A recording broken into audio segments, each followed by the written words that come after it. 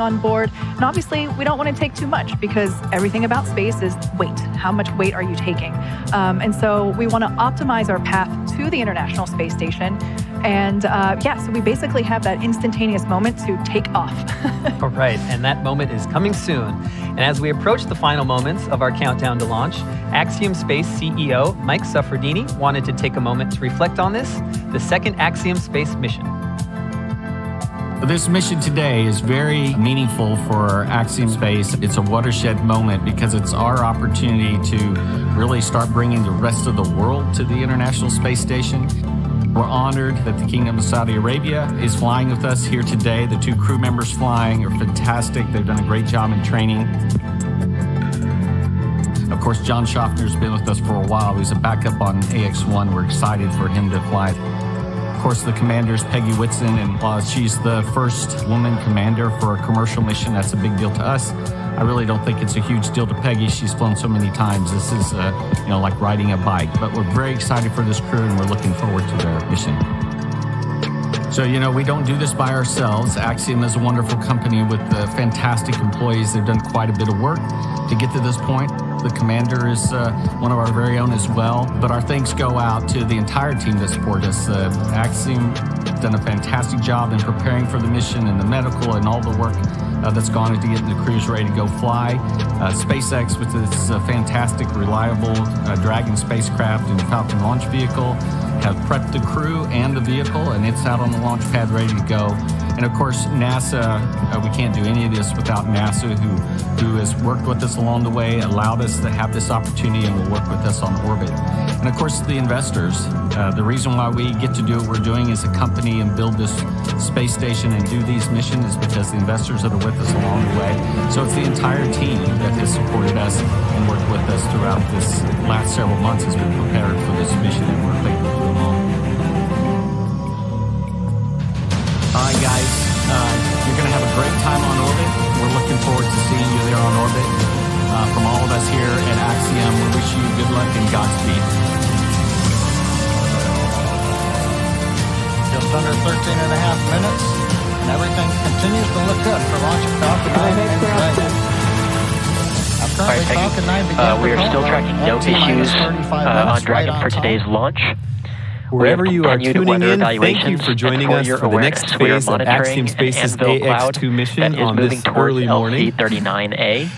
The Ax-2 mission is the second all-private crew to the International Space Station, dedicated to expanding access to low Earth orbit for all. You're watching the live approach and docking coverage of the Ax-2 mission as NASA, SpaceX, and Axiom Space begin close proximity operations with the International Space Station. Hello, I am Duke Brady, a multimedia specialist with Axiom Space, and with me is Kate Tice, Quality Systems Engineering Manager here at SpaceX.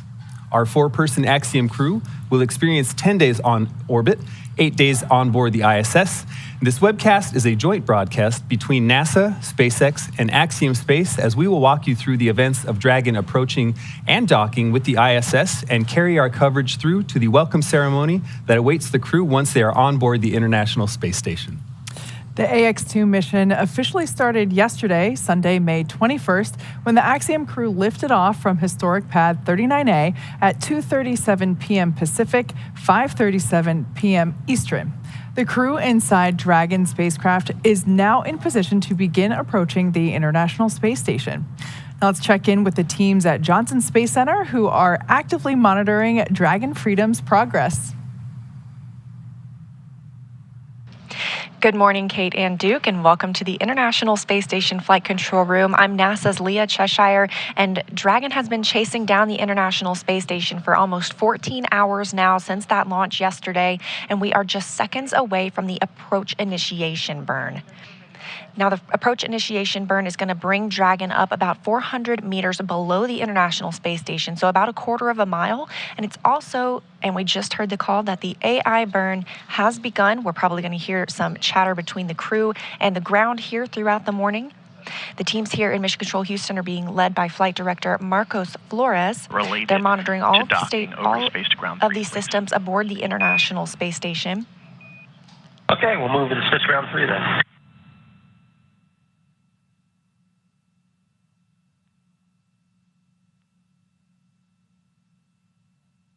And to the right of Marcos Flores is our Capcom, Justin Cartledge. He is working with the teams aboard the International Space Station, speaking with the astronauts there.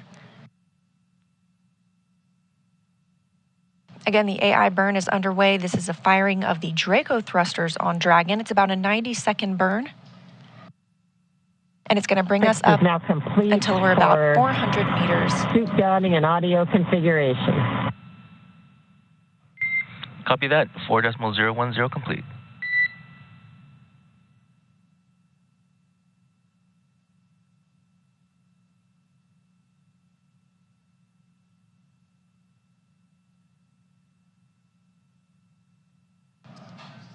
That call from Commander Peggy Whitson aboard Dragon that they are now in their suits and they have good comm checks.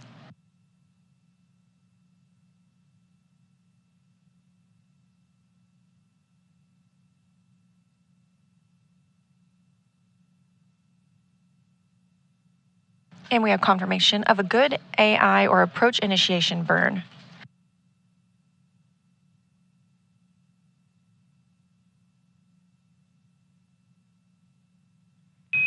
Dragon Again, that SpaceX approach on the big initiation. loop. We had nominal AI maneuver completion. Reminder, if C2V2 link is lost for 10 minutes without ground action, Dragon will perform a breakout. Timers are available in your event details.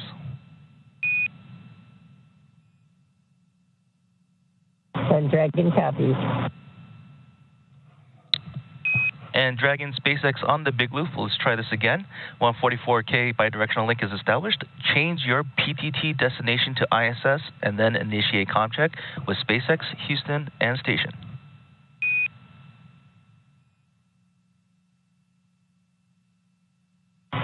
Dragon copies on the big loop. So Dragon Tech, SpaceX, how do you read? And Dragon, I believe you still have ground set elected to your PTT.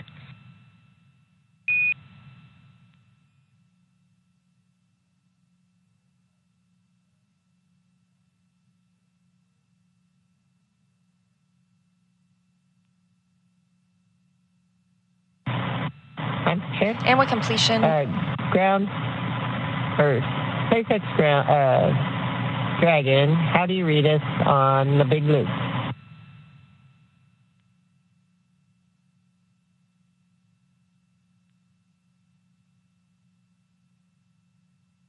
And Dragon SpaceX on Dragon and Ground, if you could switch C2 to the PTT of ISS. Yes, my bad. SpaceX Dragon on the big loop now for C2. How do you read? And I have you 5x5 on the big loop. Excellent. And Station Dragon on the big loop. How do you read? Dragon Station has you loud and clear. Looking forward to seeing you guys. Likewise. And Houston Station on the big loop. How do you read? Houston, read you 5x5. How me? We have you loud and clear as well.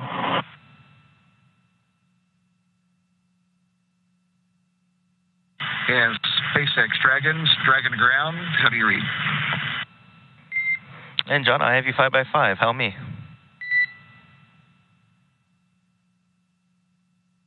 Sounds good, thanks.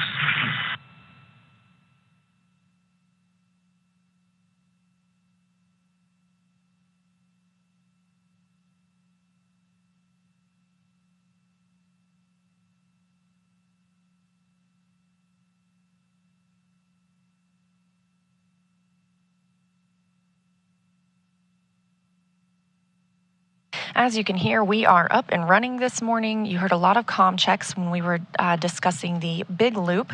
This is a loop created so that the space station, Dragon, and the teams on the ground in Hawthorne and here in Mission Control Houston can all communicate on the same loop. Our Cronus flight controller set that up this morning. And Dragon SpaceX on Dragon to ground for suit leak checks.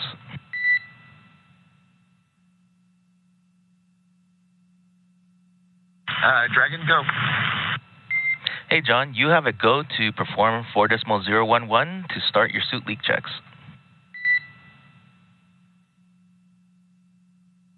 Okay, sounds good. We're going for those suit leak checks. Dragon.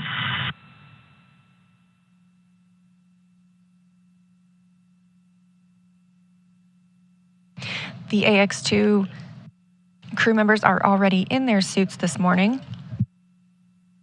And we did, at the start of today's broadcast, just have completion of the approach initiation burn. Dragon is now about 400 meters below the International Space Station. It has also passed into the approach ellipsoid. We call that the AE. That's an imaginary shape measuring a 4 kilometer by 2 by 2 kilometer, essentially a large 3-dimensional oval. This means Dragon is on a 24-hour safe trajectory. Low priority.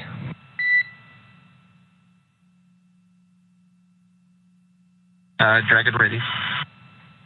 Hey, John, I was just wondering, did that echo resolve itself?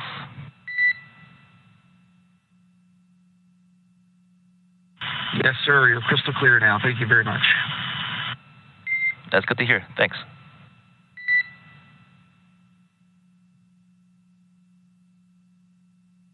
The crew reported hearing an echo just moments ago before we joined the broadcast today, when they had multiple loops set up for communication, but now everyone is established and speaking on the big loop, meaning all teams involved can hear the communication. We are tracking docking to the Node 2 Zenith, or the space-facing port, this morning at the International Space Station at about 8:10 a.m. Central Time, 9:10 Eastern Time. So moving right on time.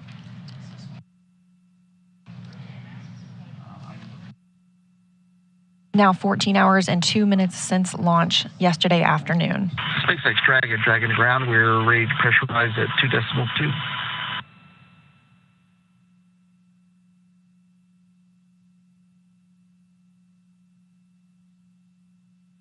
And Dragon SpaceX, you are go to initiate suit leak checks.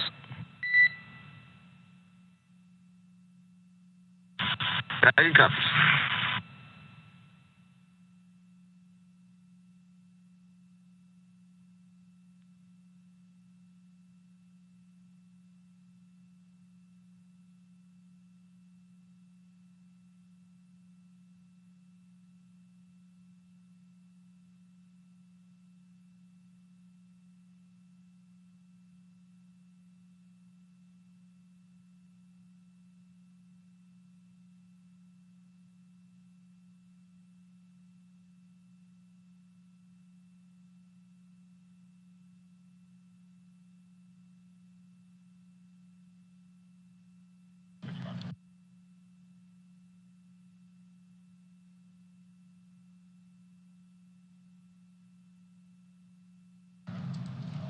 Again, we are here in Mission Control Houston this morning, monitoring Dragon's docking to the International Space Station, scheduled for 8:10 a.m. Central Time. But we have teams in Mission Control Hawthorne monitoring Dragon's flight since launch yesterday as well. So I'm going to send it back to Kate and Duke. Awesome. Thanks so much, Leah. We did hear the call out that the crew got the okay to begin the suit leak check. As Leah mentioned before, they donned their suits a little bit ago, and that leak check is basically just inflating the suits a little bit and monitoring the pressure for a couple of minutes, just to make sure that now that their suits are back on, all those zippers are in the right place and the visor. It's great. It's great to hear all those healthy comm checks as well. As the Dragon begins its approach to the space station, let's learn a little bit more about the Ax-2 crew. The Ax-2 mission is commanded by retired NASA astronaut Peggy Whitson. Born and raised in Beaconsfield, Iowa, she was inspired along with the world when she watched the Apollo 11 crew walk on the moon. She has since become the most experienced American astronaut and one of the most decorated. Whitson flew 3 long-duration missions to the ISS and has more cumulative time in space, 665 days, than any U.S. astronaut and more than any woman in the world. She has conducted 10 spacewalks with over 60 hours out in the vacuum of space and has performed hundreds of research experiments on board the ISS. Not only is she the commander for this mission, but Peggy also serves as the director of human spaceflight for Axiom Space. The pilot for Ax-2 is private astronaut John Schaffner. Born in Alaska and raised in Kentucky, Schaffner is a STEAM education advocate, business pioneer, and lifelong space enthusiast. A pilot since the age of 17, John has over 8,500 flight hours holding commercial, instrument, single-engine, and multi-engine ratings in land and sea aircraft, as well as helicopter. He also holds ratings in former military jets and high-performance... SpaceX Dragon ground. We show 4 good suit leak checks here. And ground concurs. All right, good news there. Just letting us know that all the suit leak checks checked out. As an athlete, John has years of competitive experience in water skiing, cycling, whitewater kayaking, hang gliding, skydiving, and base jumping. John trained as the AX-1 backup pilot, and during this mission, plans to invest a lot of aspiring teachers. And representing the Saudi Space Commission and serving as a mission specialist, Ali Al-Qarni was born in March 1992 in Sabd al-Alaya, Saudi Arabia.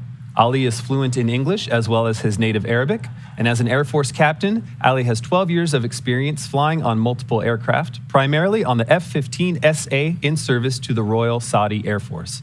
Ali graduated with a Bachelor of Aerospace Science degree in 2013 from King Faisal Air Academy in Riyadh, Saudi Arabia. Also representing the Saudi Space Commission and serving as a mission specialist, Rayana Barnawi was born in September 1988 in Jeddah, Saudi Arabia. Rayana has a master's degree in biomedical sciences from Al Faisal University in Riyadh, Saudi Arabia, and a bachelor's degree in biomedical sciences from Otago University in Dunedin, New Zealand. She is fluent in English and Turkish as well as native Arabic. She has been a research lab technician since 2013 in the Stem Cell and Tissue Reengineering Program at King Faisal Specialist Hospital and Research Center located in Riyadh, Saudi Arabia. And there you have it, the AX-2 crew. This is a fantastic, wonderful group of people who have spent months and thousands of hours preparing for this moment. We are so proud of them, and it's so awesome to finally see them in space. Yeah, we had an opportunity to actually hear from the crew I was like about 3 hours after they made it to, after they got into space. That on-orbit media event was awesome. We got to see and hear from Peggy, John, Ali, and Rayana, and it was just so cool to see them floating around and spinning their water bottles and playing with the zero-G indicator. And yeah, it was just a lot of fun to see them play. It really was great. Now, today's crew, as we said, Peggy Whitson, John Schaffner, Ali Al-Qarni, and Rayana Barnawi have gone through extensive training around the globe to be ready for their 10 days in space. Each crew member has between 700 and 1,000 logged hours of time since mid-2021 dedicated to learning these SpaceX protocols, ISS systems, and to prepare for the science and outreach activities that they'll be conducting while in space. Private astronaut training is rigorous. To prepare the AX-2 crew for their mission, our teams here at SpaceX have spent the last several months teaching the crew about orbital mechanics, how to live in microgravity, and running simulations full of missions from inside our Dragon training capsules. The training program includes nearly 100 different lessons covering all aspects of the flight. And the list of training goes on. There's a lot more that they did, and we'll try to recap some of it.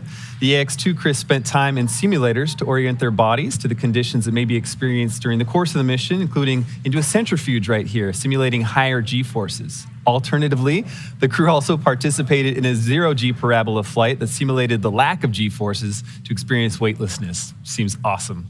But aside from the simulating gravitational forces they will experience over the course of their journey, they also underwent altitude training in a hyperbaric chamber. This training simulates high altitudes where oxygen levels are low, and the crew uses this to identify how their bodies respond to hypoxic situations, as well as recognizing those effects in their crewmates. To be ready to spend 8 days on board and working on the International Space Station, they've spent time learning from mission controllers, experts in safety and emergency ISS procedures, as well as the essentials to living on board the orbiting laboratory.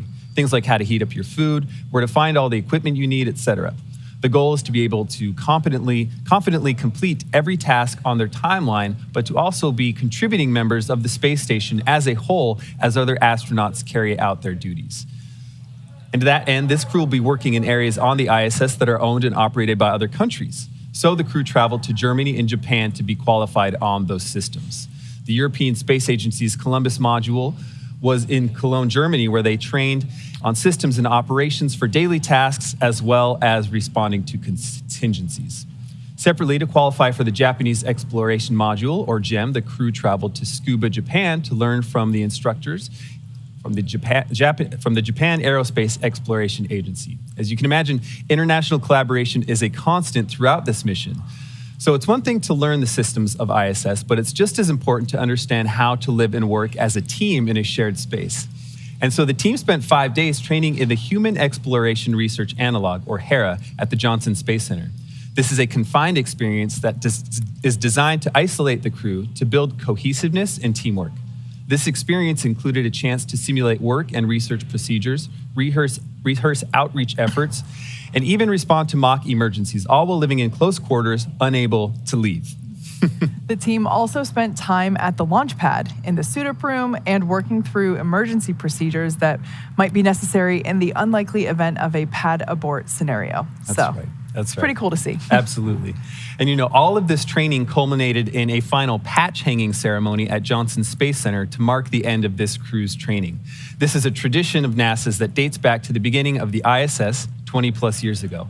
All that is to say this team is ready to go. And the last few months have all led to the here and now. What they accomplish on station is going to help write the guidebook for our next missions and how we coordinate efforts on our future Axiom station. Needless to say, this is also an important moment for those training crews as really they become a family and feel so connected after all of that time together. Now on your screen, we have our first view of Dragon. This view comes to us from the International Space Station. We can see the lights blinking, indicating its location, and this is the furthest away it will be on camera. So it is approaching the International Space Station. For those of you that have just recently joined us, we had confirmation that the crew completed their suit leak checks, and those leak checks looked good. So they are in their seats, they're strapped in, and they are monitoring the progress of their approach to the International Space Station. This is what traffic looks like at the ISS. Very true.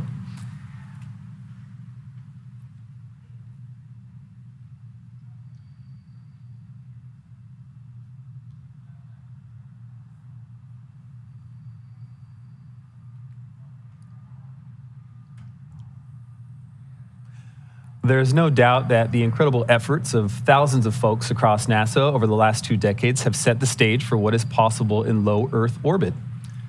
The Ax-2 mission is a critical step toward opening those possibilities to a host of new participants, governments, diverse researchers, manufacturers, and more. Here on Earth, we're already seeing benefits from research currently conducted on the ISS, from water and air purification systems to testing medical devices and therapeutics. Pretty amazing stuff. In addition to tech demos and medical research, access to low Earth orbit allows for a connection to the arts and other outreach opportunities. Ax-2 is the first of several proposed missions in advance of Axiom Station, the world's first commercial space station. A sustainable commercial low Earth orbit economy means expanded access to work in space. It also frees up NASA and its partners to put their budget towards other exploration programs while granting space agencies around the world more opportunities through commercial efforts. And over its lifetime, the ISS has accomplished an unprecedented feat, continuously sustained operations on and off the Earth for more than 22 years. This is not only a true testament to the technology required to physically achieve that, but also to the collaborative and cooperative efforts of thousands of people across the world to ensure that multiple nations, agencies, and entities, both public and private, work together to push humanity forward. And as we move forward, private industries need time to learn how to establish and maintain these relationships effectively. So, by flying private astronaut missions like Ax-2 to the ISS, Axiom is taking essential steps to get that on-the-job training as we work towards building the world's first commercial space station. Axiom Station is an opportunity to continue the story of the ISS, science, and research through cooperation and collaboration for the benefit of all. Ax-2 is this next chapter. So once again, we are observing Dragon Freedom as it approaches the International Space Station. The crew has their suits on, they're in their seats, and they are inside those blinking lights. That's so amazing to think about. Now we will see those blinking lights get closer and closer over the next couple of hours. Everything when you are approaching or departing the International Space Station is highly choreographed, and it's really slow, and that's for safety purposes. It's the safer way and the best way to do it. So we will see Dragon get closer and closer. Even those two lights that we see, the red one and the green one, they represent the port and starboard side, and I never remember what color goes to what, but I can tell you that we will start to see those get closer as we have been, even over the last few minutes. You might be seeing some stars on your screen, but most of those dots are dead pixels in that camera sensor, and that happens because of that high radiation in space. Now, Dragon is capable of carrying up to 7 passengers to and from Earth orbit and beyond. It is the only spacecraft currently flying that is capable of returning significant amounts of cargo to Earth, and is the first private spacecraft to take humans to the space station. Dragon is fully autonomous, which means that it flies itself, but it also features full manual override capabilities in case of emergency. Standing at almost 27 feet tall from bottom of the trunk to the top of the nose cone, Crew Dragon is composed of 2 main elements: the capsule, which is designed to hold crew and pressurized cargo, as well as an unpressurized section, which is known as the trunk. The nose cone at the top of the capsule protects the docking system and also the guidance navigation control system, which is the system that's being primarily utilized right now as Dragon is approaching the International Space Station. That nose cone opens for docking and remains attached to the space station, attached to the Crew Dragon spacecraft, unlike previous versions of Dragon, and that helps toward our efforts toward reusability. Now, opposite of the nose cone is the trunk. It provides attachment points for Falcon 9, the Dragon capsule, and cargo. One half of the trunk is covered in solar panels. That's the black side of the trunk on the exterior. And those provide power to Dragon during flight and while on station. The other half contains a radiator, and it rejects heat from the active thermal control system to space using SpaceX's new Pika tiling technology. The trunk also now has new aerodynamic fins, which provide stability in the event of an emergency abort. Now, in the event of an emergency abort, Crew Dragon is outfitted with 8 Super Draco thrusters, as opposed to just the regular Draco thrusters, and those power the astronauts to safety. Dragon's Super Draco launch escape system is a key safety feature of Crew Dragon, and it gives the crew the ability to quickly separate from Falcon 9 and safely escape from the time of launch all the way to orbit.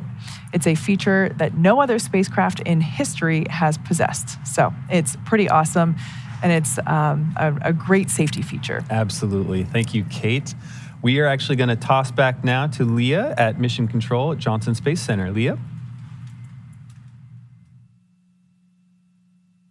Thank you both very much. And yes, tally-ho, we have sights set on Dragon.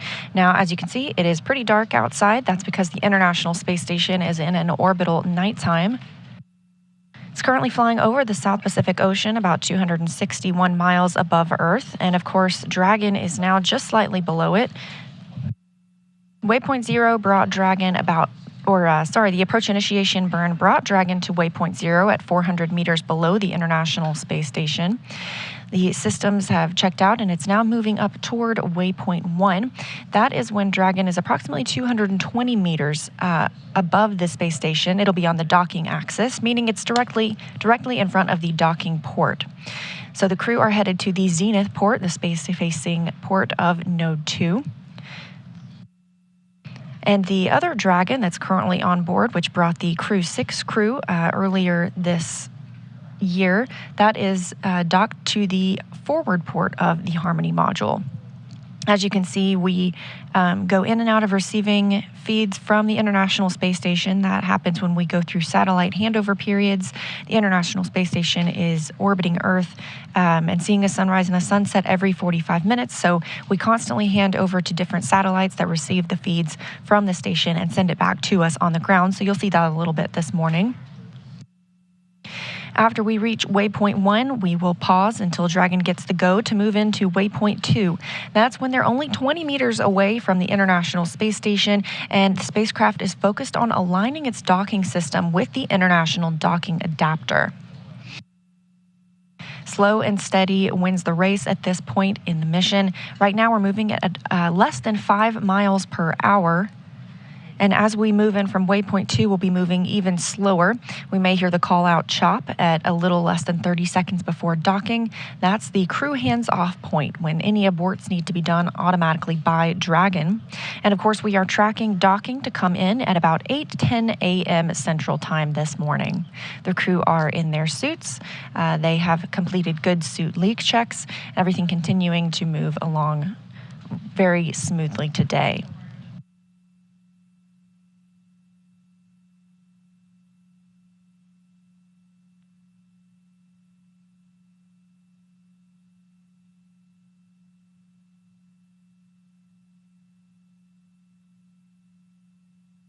A look back at some of what was completed last night. Shortly after launch, less than an hour after liftoff, at about 5:23 p.m. Central Time, Dragon executed the phase burn. That was the first of the 5 major burns required to raise Dragon's orbit and position it for approach to the space station.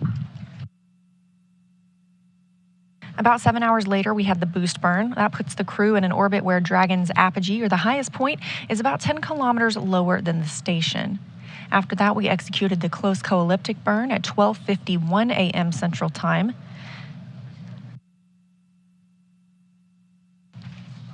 The close burn puts Dragon on an orbit roughly co-elliptic with the space station. That means it is roughly 10 kilometers lower than the station the entire way around the Earth, instead of just being 10 kilometers below the station at apogee, or its highest point.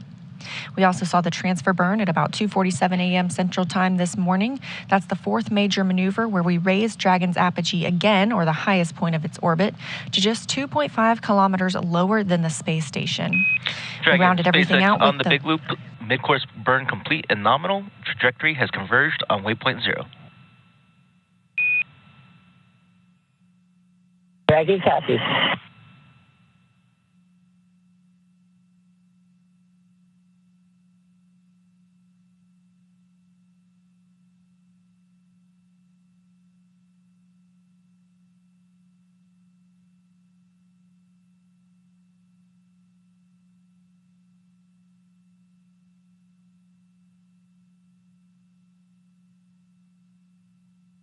And we just heard confirmation of a good mid-course maneuver. That's about halfway through the journey to waypoint 0 to make sure Dragon is positioned right under the station, again, about 400 meters below. So confirmation that they did indeed conduct a mid-course maneuver this morning, and everything continues to look good for Dragon. We are in integrated operations. This happens when Dragon gets closer to the space station, specifically when they enter the approach ellipsoid, that 4 by 2 by 2 kilometer invisible boundary around the International Space Station. This helps us govern all arriving and departing visiting vehicles, whether they carry cargo or crew.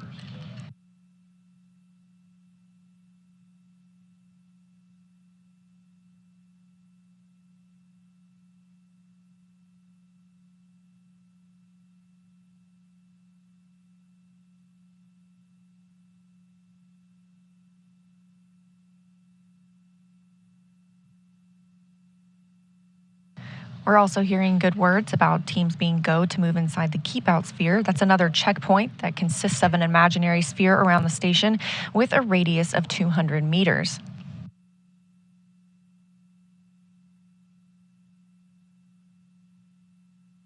The keep out sphere carries a similar requirement on the orbital trajectory that if Dragon were to somehow lose control of its thrusters, the space station would be safe for 4 orbits or about 6 hours. However, everything looking good on Dragon this morning. Again, we're in an orbital nighttime. This view coming from the International Space Station as we are tracking Dragon and its approach to the orbiting laboratory.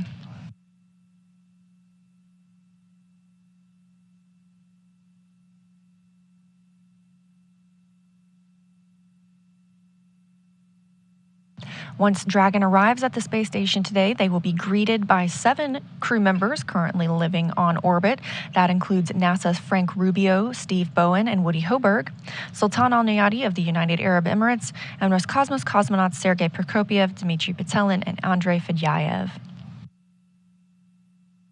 That'll bring our crew up to 11 for the next several days. We are looking at about an 8-day docked mission for the Ax-2 crew, about 10 days in orbit in total.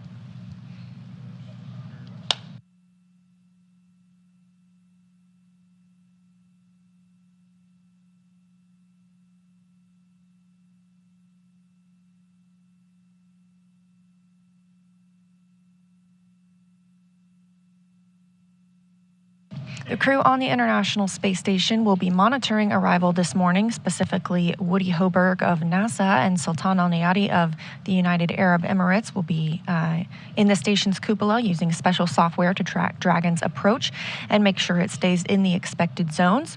Once Dragon is docked, Hoberg will be our prime to start those hatch opening operations. He will start by opening the large hatch on the Node 2 forward, or Node 2 zenith that is, giving him access into the pressurized mating adapter.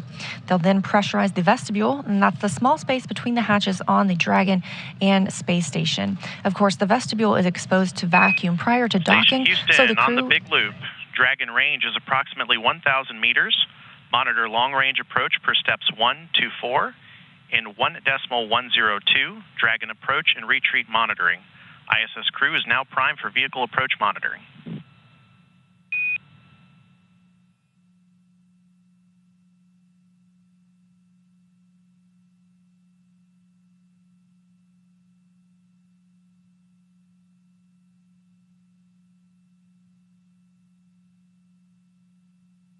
That call up to the International Space Station, just as we were explaining. They are primed to monitor the arrival of the Ax-2 crew today. Again, we're heading toward waypoint 0. That's the 400 meters below station mark. We are now 950 meters from station, closing in at about 2.9 miles per hour. Hello, Zen Station copies.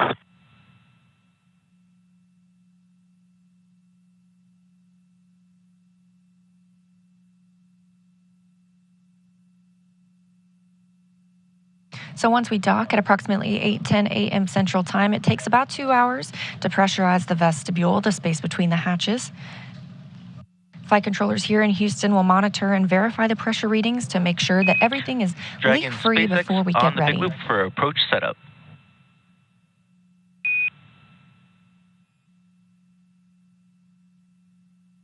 Go ahead on the big loop for approach setup. Ground has pulled go for approach 0 and will be enabling the maneuver shortly. Expected maneuver start time is per your forward displays. Reminder that Dragon will continue through waypoint 1 to waypoint 2 without stopping at waypoint 1.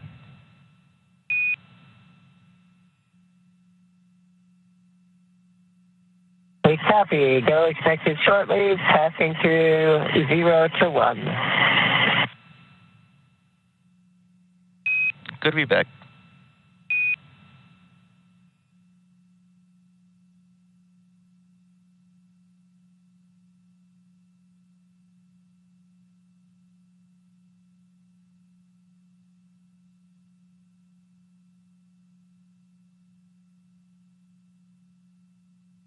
Good news from the ground to the crew, that coming from the core, the crew operations responsible engineer in Hawthorne, California at SpaceX headquarters, to Commander Peggy Whitson aboard Dragon.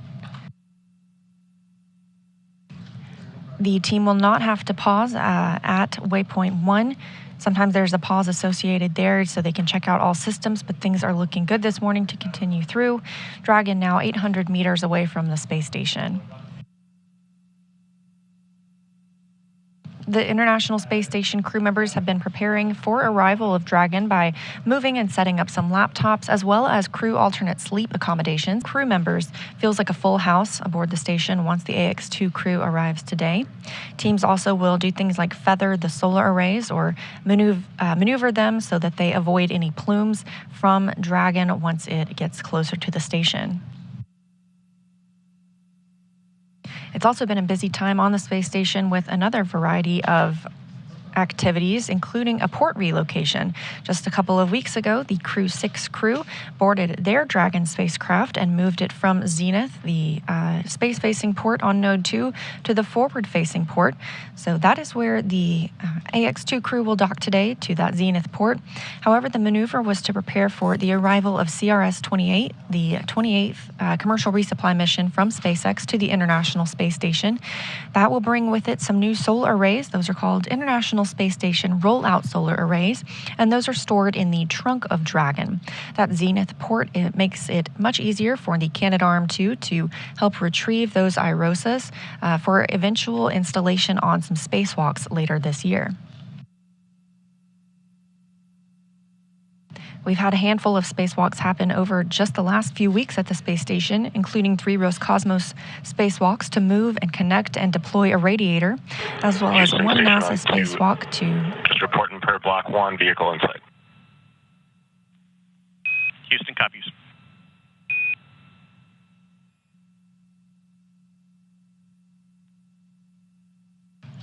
We have recently had a spacewalk to prepare for those upcoming solar array installations.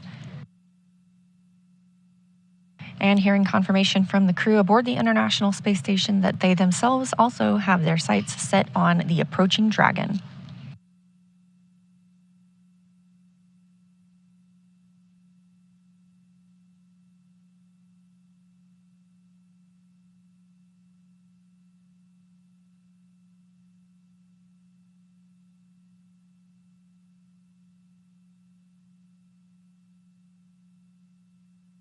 Ahead of arrival of the crew today, the space station crew are moving through their morning, including preparing the Node 2 area for docking and hatch opening, as well as getting the required exercise for the day. And here we have a new view of Dragon approaching the space station from the International Space Station itself.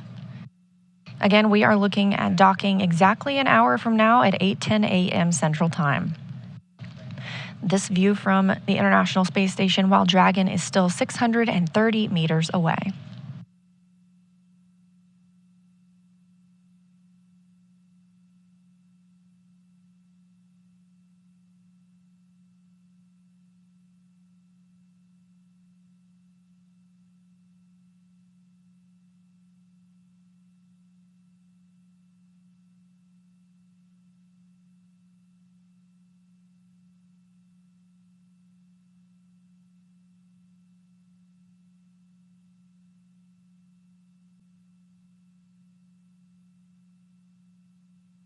Again, this is an entirely autonomous flight for Dragon. The crew aboard has been trained that they can take over if needed. However, things continued to move smoothly this morning. The crew off-duty time ended at 5:30 a.m. Central Time. The crew got suited up shortly after, and the big loop was configured, meaning that team members here in Houston can speak with teams in Hawthorne as well as on the space station and on Dragon on one big communication loop rather than on various different loops.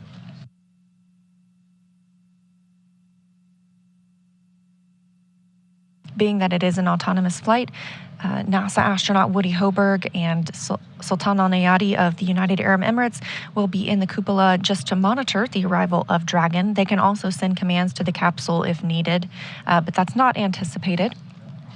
Hoberg will then be primed for assisting in pressurization of the vestibule and the hatch opening operations. After docking and the welcome ceremony, all crew members will then move into an ISS safety briefing, making sure that they are briefed on everything they need to know while living aboard the International Space Station for safety purposes.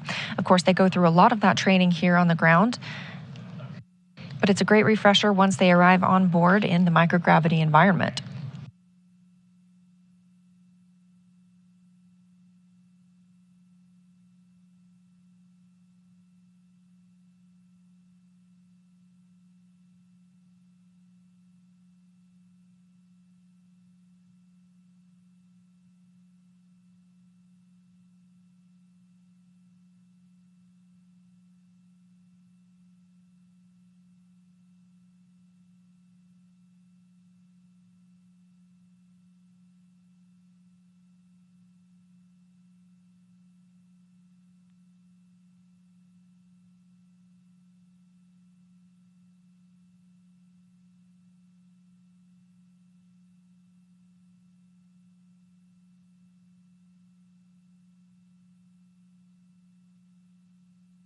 You might have seen a little bit of lighting change.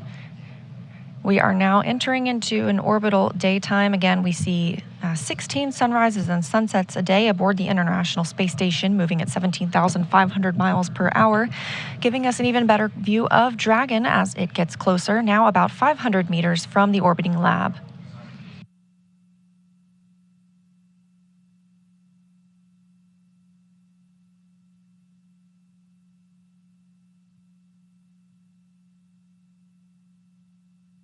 The space station and Dragon are now flying about 270 statute miles just west of Chile.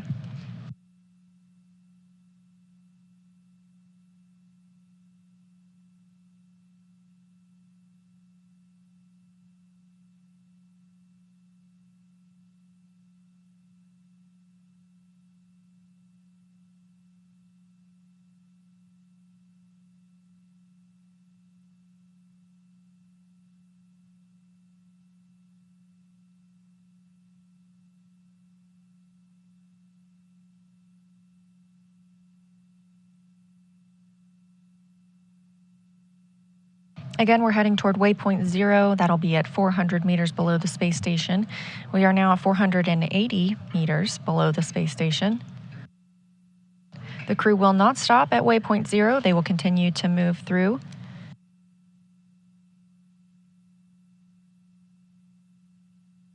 Once they make their way to waypoint 1, there will be a continued go, no go to allow Dragon to begin its approach to waypoint 2. That's located inside the keep out sphere about 20 meters away from the space station. We do not have to hold at waypoint 1. All of the systems have checked out, and so we have that opportunity to continue moving toward waypoint 2.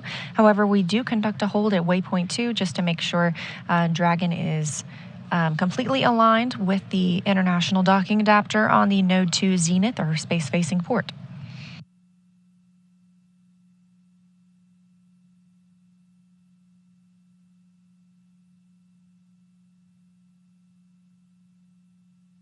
So at that 20-meter distance, Dragon will slow itself down even further, bringing its approach in and eventually make initial soft contact with the adapter soft capture ring. That'll retract and bring Dragon in for the hard capture sequence.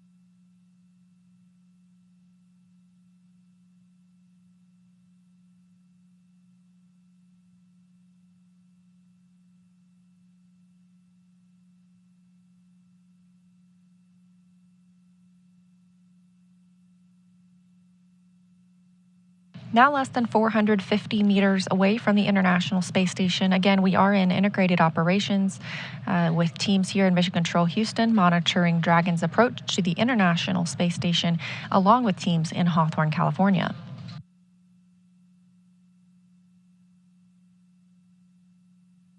The crew are in their suits. They had good suit leak checks earlier today. They also are seated.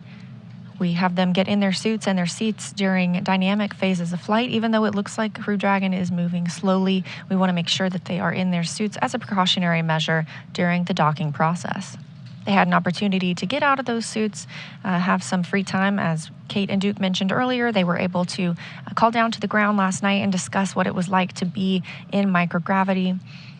They also had a chance to get some rest, maybe eat some meals, and then eventually their crew rest time ended at 5:30 a.m. Central this morning.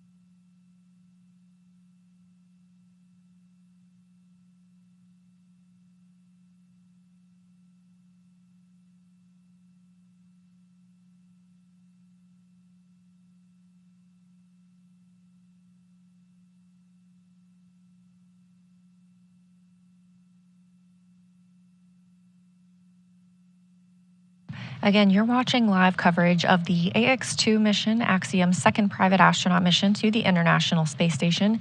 These are not NASA astronauts arriving aboard Dragon today. One of them, however, is a former NASA astronaut, Peggy Whitson. This is her third spacecraft to fly on. She joins a small elite group of astronauts who have flown on 3 separate spacecraft. She has flown on the space shuttle, on the Roscosmos Soyuz, and now on Dragon.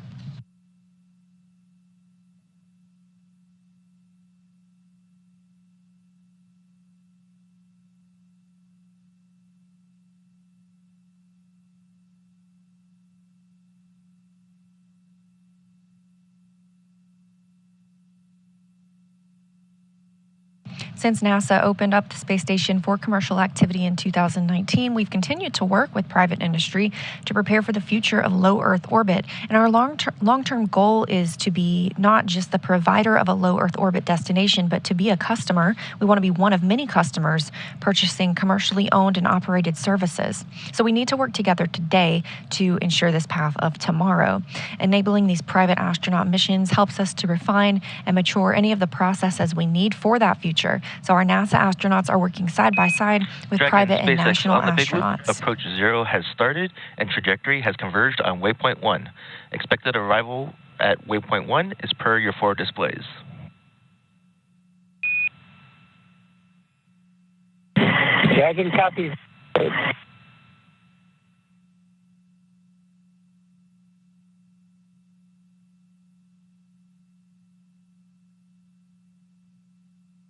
Again, we have reached waypoint 0, that 400 meters directly below the International Space Station.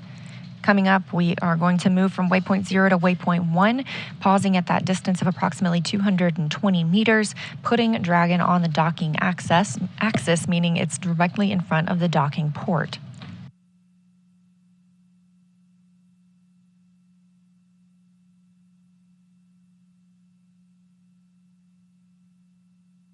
As mentioned previously, all of the visiting spacecraft take the phased approach to the International Space Station. They stop at predetermined gates for the teams to run quick checks on the vehicle performance before approaching the orbiting lab. When it comes to bringing two spacecraft together, slow and steady wins the race, as docking operations require a great deal of precision to make sure we're keeping the spacecraft and the crew safe. So when we say wins the race, we're now traveling at less than half a mile per hour. Again, we are in integrated operations during this time, meaning teams from both Hawthorne on the left of your screen and Mission Control Houston on the right are monitoring Dragon and the International Space Station. Additionally, the Axiom Mission Control here in Houston, Texas as well is continuing to monitor the flight. They'll remain on console this week. With you on the big loop. Prior range is 400 and stable attitude as expected. Houston copies.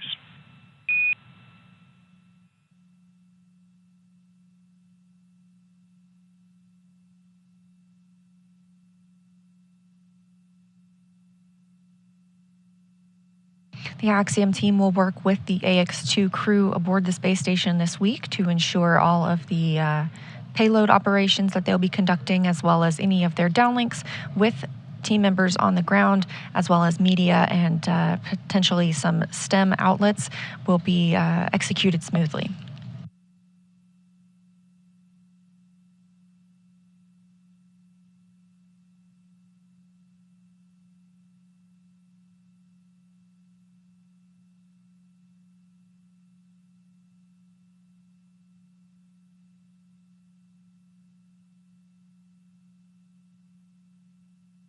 Again, we are in a satellite handover of the tracking data and relay satellite system. These are tracked throughout the flight. We see this with the International Space Station as well as on Dragon.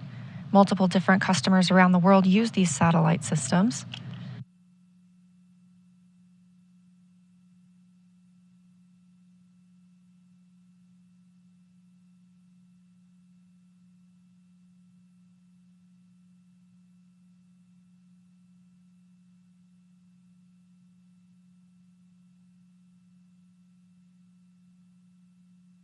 All 7 crew members currently aboard the International Space Station, currently moving about their day, some of them exercising, some enjoying their midday meal. Others are working on various payloads and scientific research aboard the International Space Station. There are some constraints as we move into integrated operations, specifically during docking, and once the spacecraft is soft docked, there will be an exercise constraint.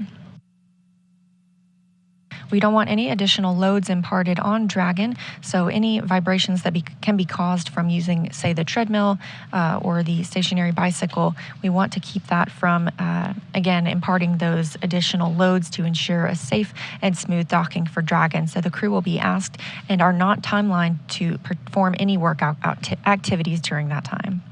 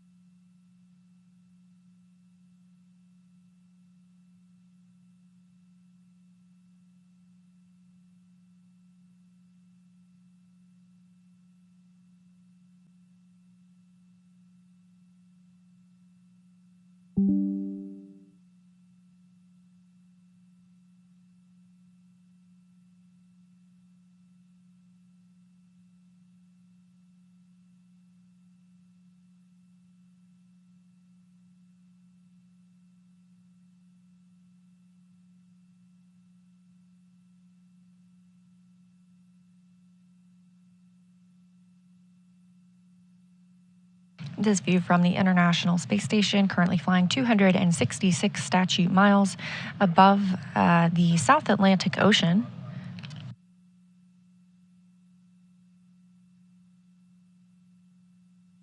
Dragon is about 400 meters away from the space station. Again, we reached waypoint 0 and have the go to move to waypoint 1, which will put us 220 meters from the space station above the docking or on the docking axis above the Node 2 zenith port. After we reach waypoint 1, we'll move into the keep out sphere. That's the 200-meter sphere with a radius of 200 meters around the International Space Station. Again, this is an invisible boundary, but helps us monitor all vehicles that arrive and depart the orbiting laboratory.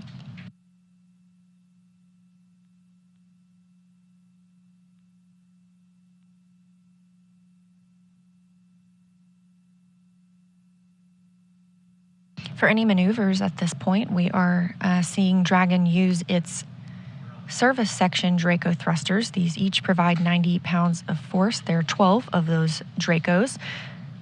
Those are only used in the vacuum of space. It's good for these attitude control maneuvers, and those are grouped into 4 clusters of 3 thrusters each. On board, Dragon also has Super Dracos. These are only used for pad or ascent abort scenarios, so these are currently disabled. They are disabled after the ascent portion of the mission. There are also 4 forward bulkhead Draco thrusters. These are located underneath the nose cone. They're used for larger burns like the deorbit burn. However, we're not looking ahead at that currently. We expect that to come about 8 days from now. We are planning for this crew to spend 8 days aboard the International Space Station.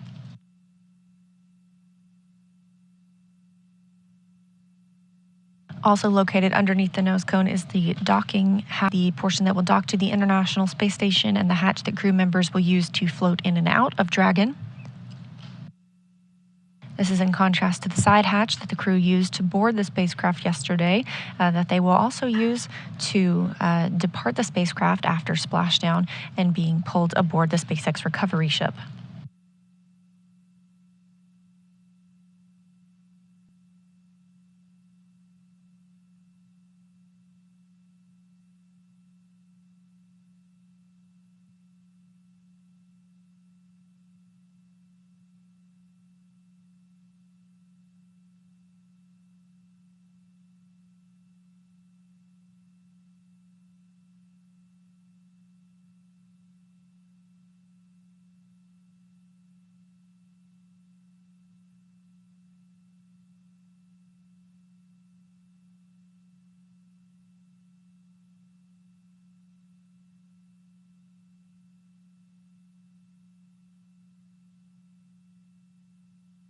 Pretty quiet here in Mission Control Houston, as well as obviously aboard Dragon and the International Space Station, as this is a fully autonomous flight, and everything continues to go well for Dragon and its arrival this morning.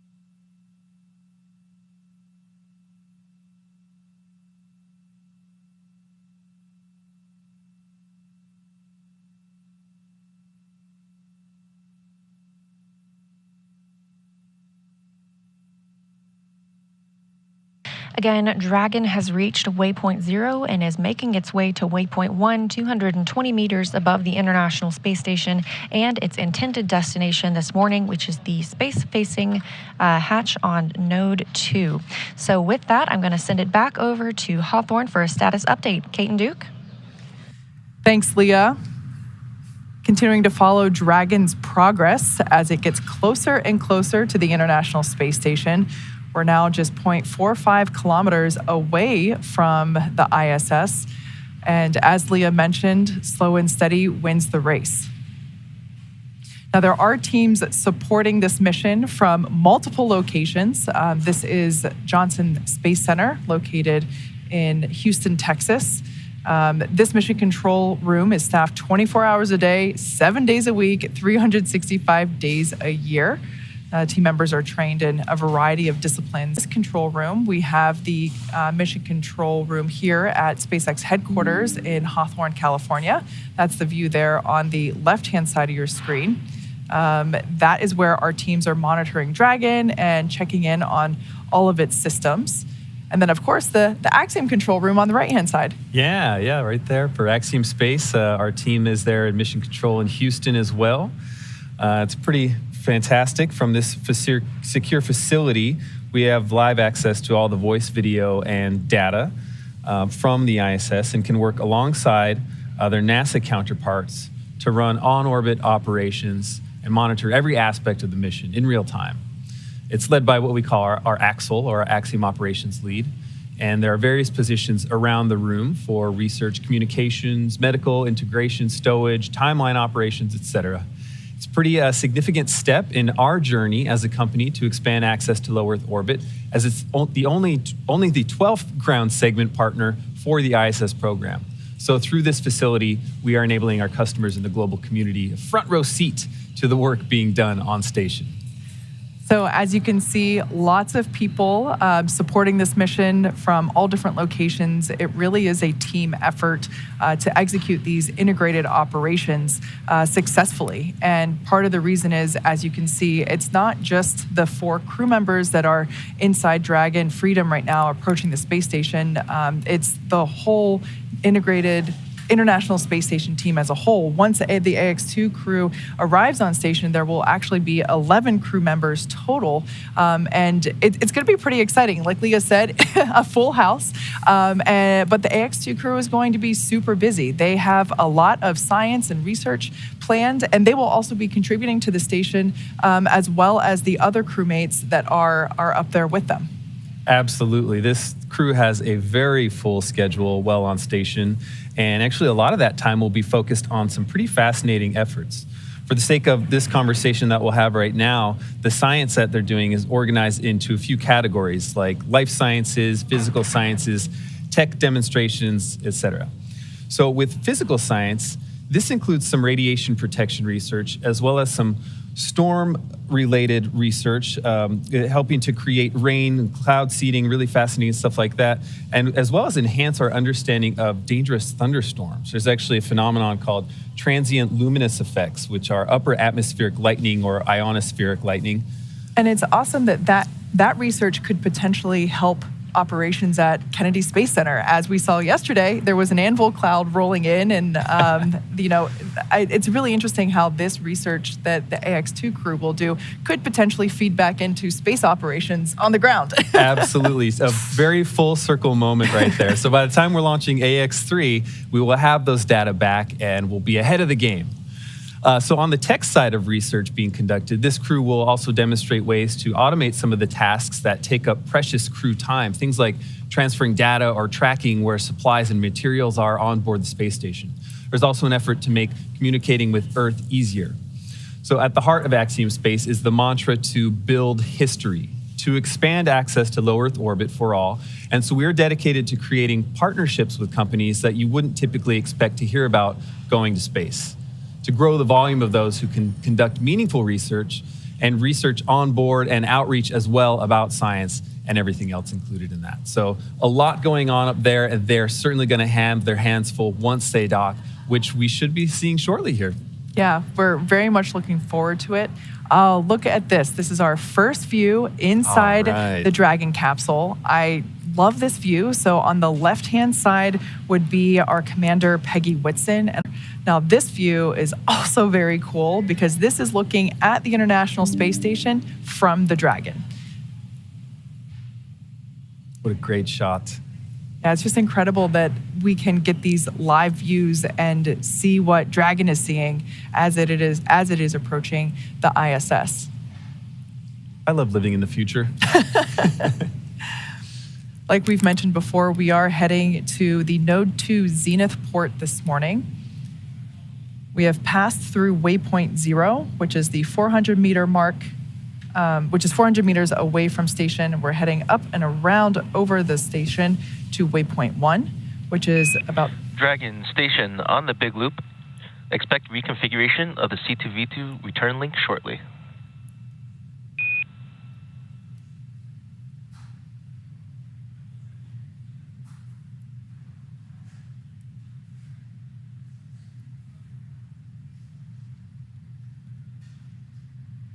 Dragon copies. Station copies. So that was SpaceX core David Huang just letting the crew know of this upcoming event, referring to C2V2, which is the common communication for visiting vehicle. And that's basically just the link for the visiting vehicle in this case. And I love that you can see what they're seeing in the center. We can see that they are following along with the upcoming events.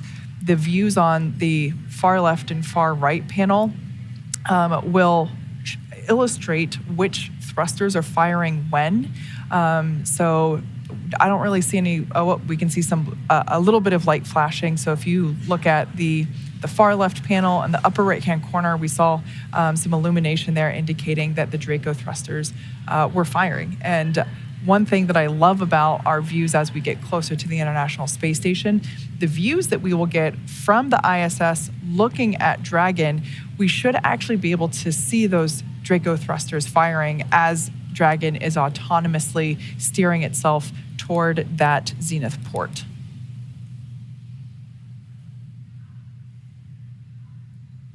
Now, when we say autonomous, it's truly what that means. Dragon is doing all the calculations and steering and flying automatically. It is flying itself. That being said, our pilot, John Schaffner, has the capability to take over manual control at any time if necessary. But it is incredible to be able to see what they're seeing. Oh, and that view on the left-hand side there, we can actually see those thrusters, as I mentioned. It almost looks as if Dragon is like spitting out a little bit, and it's just really cool to be able to see that propulsion system in action as Dragon is flying itself to that zenith port. And I love it with those two views that we just had because it's Dragon looking at Station as well as Station looking at Dragon, which always kind of reminds me of the Spider-Man meme them pointing at each other. It's a very meta moment. Mm-hmm. In that image on the right, you see our Commander Peggy Whitson on the left, pilot John Schaffner on the right, and out of frame our mission specialists Rihanna Barnawi and Ali Al-Karni.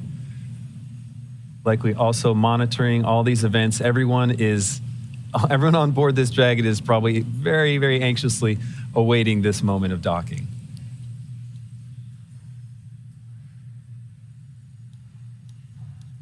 Ending nearly a 16-hour transit to get to the ISS after launching.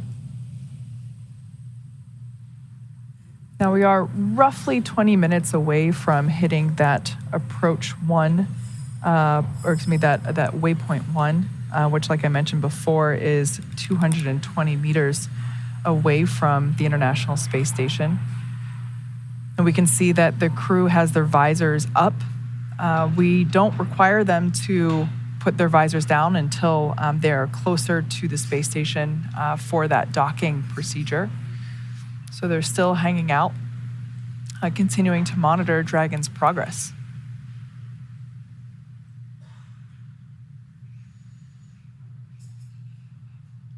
As we said before, once the 4 Axiom-2 crew members get on station, they're going to be there for 8 days, and they're going to be very busy. When you're on station, your schedule is packed with science and research, sleeping. Your sleep periods are scheduled to ensure that everybody's getting appropriate rest, your meal times, and then, of course, you have to build in some exercise time as well. But yeah, the crew will be very busy once they get on station. So these final moments before they actually arrive might actually be very calm and restful because, like we said before, the crew right now, they are monitoring, they are keeping an eye on Dragon systems, and of course keeping in contact with the integrated operations teams from all 3 mission control centers that we mentioned before. Once again, this is a live view of the International Space Station from Dragon. It almost looks fake. It's so clear and beautiful.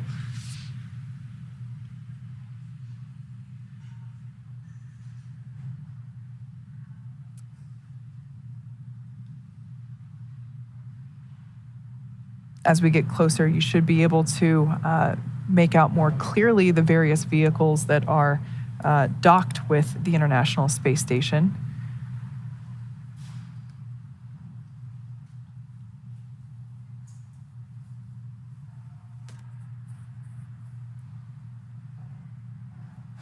Once we get close to various ports, as we mentioned, we did a port relocation maneuver for the Crew 6 capsule. Dragon station on the Big Loop. C2V2 link reconfiguration complete.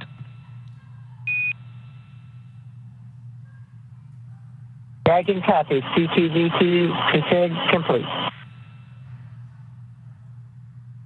As I mentioned, we did a port relocation maneuver for the Crew 6 capsule, which is Dragon in Denver. It was relocated to the Node 2 forward port, and we should be able to see that as we get closer. And I just love it when there is a Dragon capsule getting a view of another Dragon capsule that is on station. We had that view during the Crew 6 docking, if I remember correctly. So this is a live view coming to us from the International Space Station of Dragon Freedom as it approaches.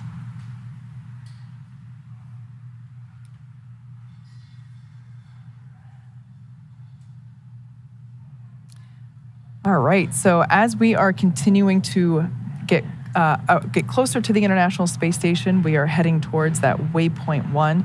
Let's check back in with Leah over at Johnson Space Center to hear how things are continuing to progress with the International Space Station's preparation for Dragon Freedom.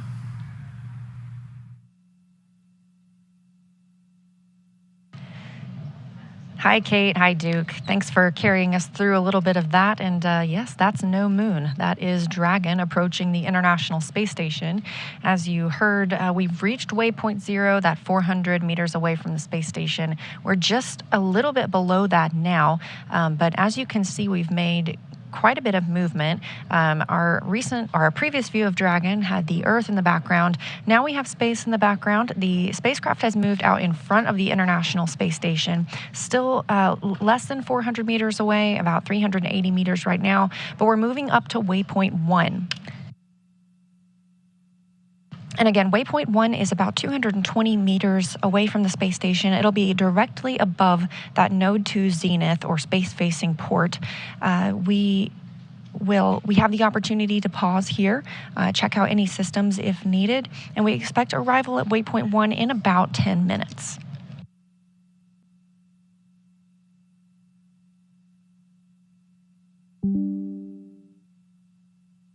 Once Dragon reaches waypoint 1, the next stop is waypoint 2.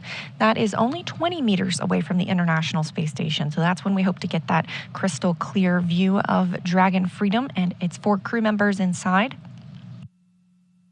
We do conduct a hold at waypoint 2. This is to make sure that we are properly aligned with the docking target on Node 2, also known as Harmony. After reaching waypoint 2, Dragon will slowly but surely move in and dock with that port, conducting a soft capture first before the hooks begin to drive and complete a hard capture. Then it takes about 2 hours until Dragon hatches are ready to be opened and the 4 new crew members make their way aboard the space station.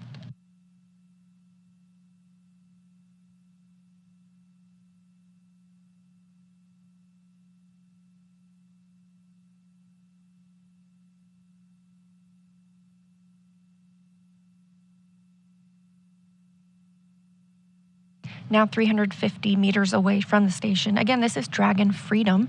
It was named that by the Crew 4 crew that visited the International Space Station. Spacecraft keep their names after being named by the crew, so this one will always carry the name Freedom regardless of who's flying on board.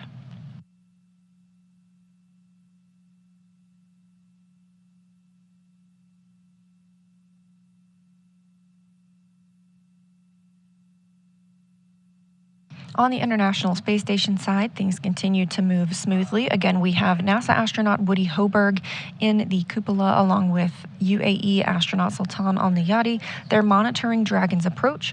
It is a fully autonomous flight for the visiting spacecraft, meaning there is no action required on part of the crew. However, they do have the ability to take control if needed, as well as the crew aboard the space station can send commands to Dragon to retreat if necessary. But we're not expecting any of that this morning as things continue to move smoothly, now 330 meters away from the orbiting laboratory.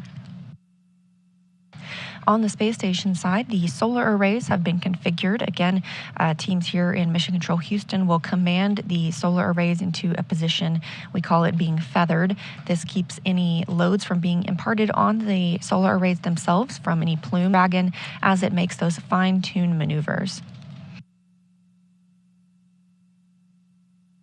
We are in a satellite handover again with the tracking data and relay satellite systems, but a great shot here of mission control at SpaceX in Hawthorne, California.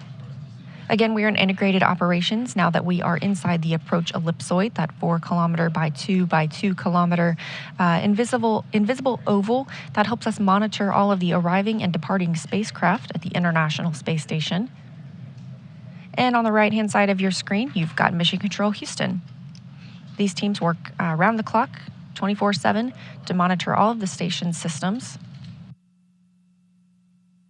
Leading the teams this morning is Flight Director Marcos Flores. And communicating with the astronauts aboard the International Space Station is Capcom, or Capsule Communicator, Justin Cartledge. On the left now, you can see the Axiom Space Flight Control Room. They are monitoring the flight as well. They'll remain on console this week to help the crew members execute all of the research and the payload work that they have planned. Additionally, they'll be conducting several downlink events with various media and other STEM organizations here on Earth.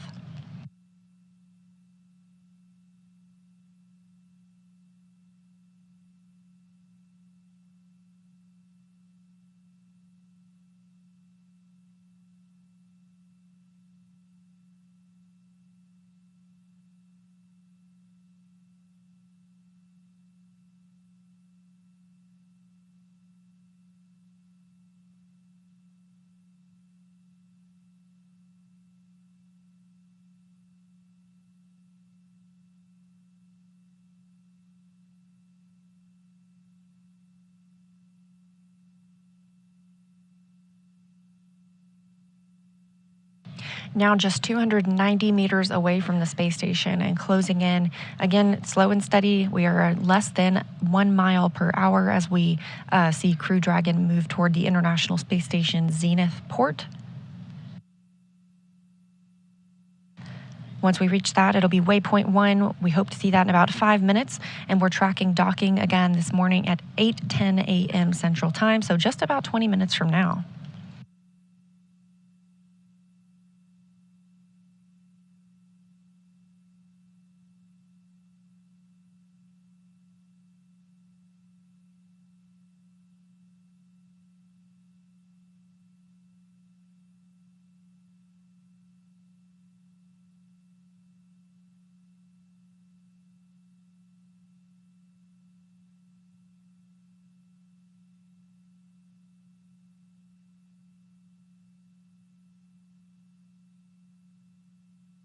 So look back at what has brought Dragon to this point. Less than an hour after liftoff last night at about 5:23 p.m. Central Time, Dragon executed the phase burn. This was the first of those 5 major burns. This raised Dragon's orbit using the Draco thrusters, and about 7 hours later, we had the boost burn. This put our crew in an orbit where Dragon's apogee, or the highest point of its orbit around the Earth, is 10 kilometers lower than the space station. After that, we execute the close co-elliptic burn, and this puts Dragon on an orbit roughly co-elliptic with the station. So it means it maintains that orbit about 10 kilometers lower than the station all the way around instead of just at apogee. The transfer burn occurred at about 2:47 a.m. this morning, Central Time. This is where we raised Dragon's apogee again lower than the station. We want to make that co-elliptic one more time, so we round that out with the final co-elliptic burn. That was at 3:34 a.m. Central this morning, maintaining the constant orbit about 2.5 kilometers below the station. We also saw the approach initiation burn just at the start of today's broadcast. This really begins the final stages of Dragon's rendezvous with the station, and we started integrated operations between the Dragon control team in Hawthorne and the space station flight controllers here in Mission Control Houston. This approach initiation brought us up to waypoint 0. Waypoint 0 is 400 meters below the station. This is the first checkpoint during the approach. We have now entered the approach ellipsoid, that first boundary of monitoring the arrival and departure of visiting vehicles. Of course, we didn't even have to hold at that 400 meters. All of the systems checked out, and Dragon has continued its approach to waypoint 1. This happens when we are about 220 meters away from the space station. We're currently 240 meters away, so we're getting very close, and that 220 meters at waypoint 1 puts us on the docking axis, meaning it's directly above the docking port. So we're heading toward the zenith port of the International Space Station's Node 2 module, also known as Harmony. Currently docked to the forward port, we have Dragon Endeavour, which brought the Crew 6 crew. So once Dragon is only 20 meters away. On the Big Loop, approach 1 and soft capture ring extension will begin shortly. Dragon will continue approach to waypoint 2. Reminder that manual impulsive retreat recovery is not permitted.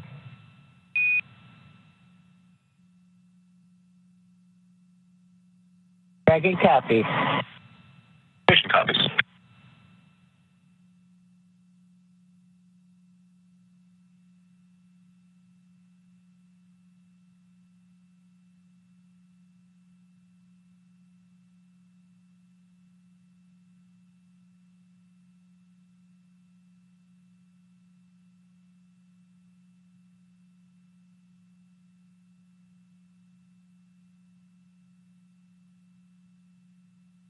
And confirmation that the spacecraft has arrived at waypoint 1. Again, we have the opportunity to hold here. It's 220 meters away from the International Space Station, specifically in line with the docking axis on the zenith port of Node 2. And you can see some of those thruster plumes coming from Dragon as it fine-tunes its approach using those service section Draco thrusters.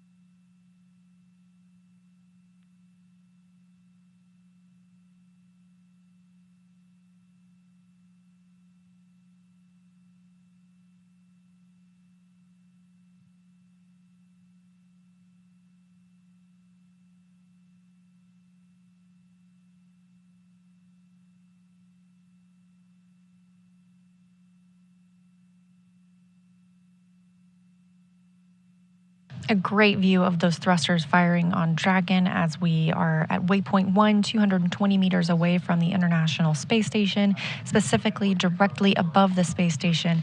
And inside Dragon right now, we have our 4 private astronauts, Peggy Whitson, the commander, pilot John Schaffner, Rana Barnawi, and Ali Arkhani. Block Bravo.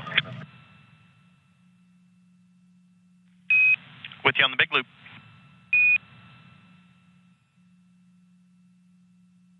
Pry range 208 meters and decreasing attitude as expected. We copy and concur from the ground.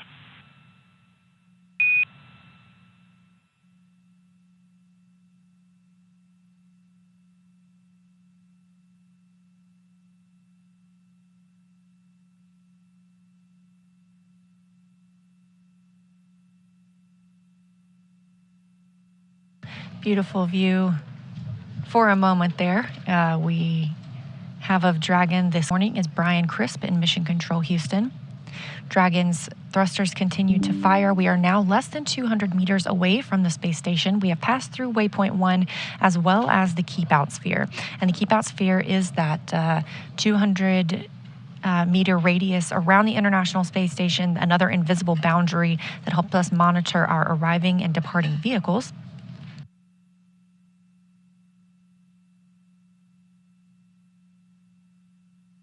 The next pause for Dragon will be at waypoint 2. This is a hold point. That's the 20 meters away from the International Space Station when we move in toward final docking.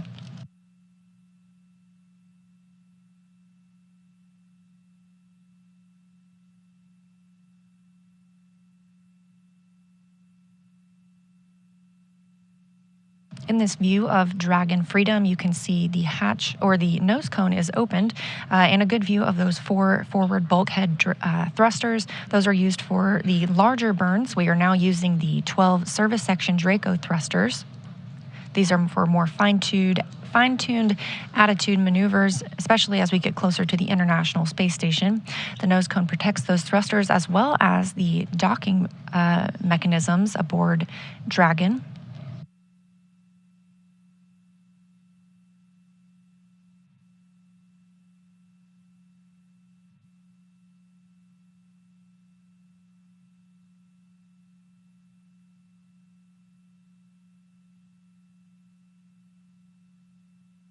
We're expecting arrival at waypoint 2 in about 8 minutes. And again, looking for docking this morning at approximately 8:10 a.m. Central Time. Dragon Freedom is now 164 meters away from the International Space Station. So while we are moving less than 1 mile per hour, we are continuing to close in on the destination for the Ax-2 crew.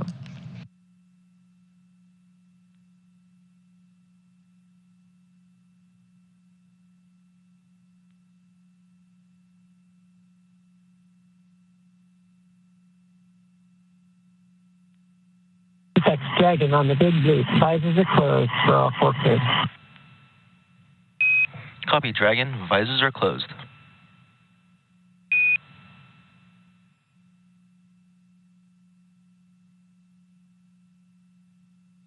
As we've mentioned earlier, the Ax-2 crew are in their suits and in their seats. We got that view over their shoulders this morning. They do not have to wear their suits for the entirety of the flight. When they are not in these dynamic operations periods, they are welcome to take those off and get into some more comfortable attire specifically for their sleep portion of their flight. However, now they are in their suits. They've conducted suit leak checks through the umbilicals that connect to the spacecraft itself. These also provide communications and cooling for the astronauts.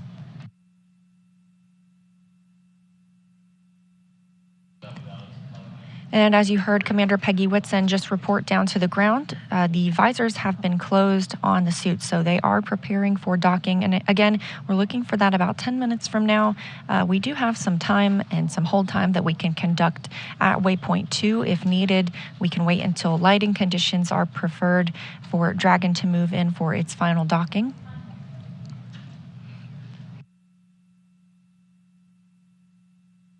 Once Dragon flies in and makes contact with the international docking adapter, we will have soft capture. This is when the soft capture ring retracts and sensors will indicate it's time for 12 hooks to drive in place. Once those hooks have fully driven, we'll have hard capture, and that firmly secures Dragon to its new home on the space station.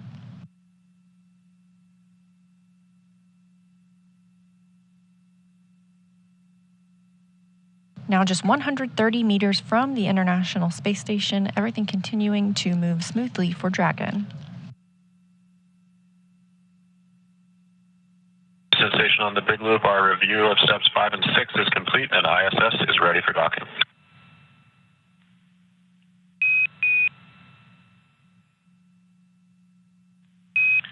Houston copies.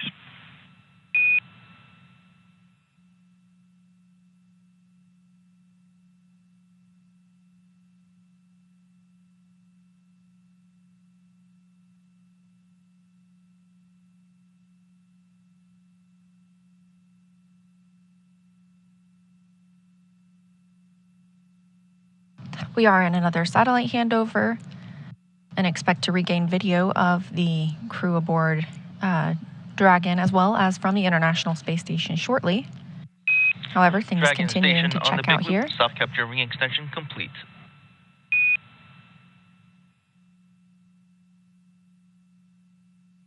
Dragon copy. Station copies. Station Houston on the big loop. At waypoint 2, Dragon will briefly pause to align for docking, then automatically resume approach.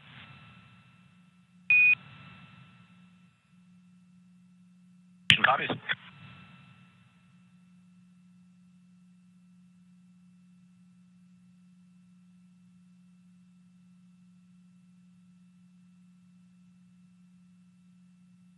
We are less than 100 meters from the International Space Station. Currently, Flight Director Marcos Flores here in Mission Control Houston is polling all of the team members in this room, conducting their go, no-go poll for docking.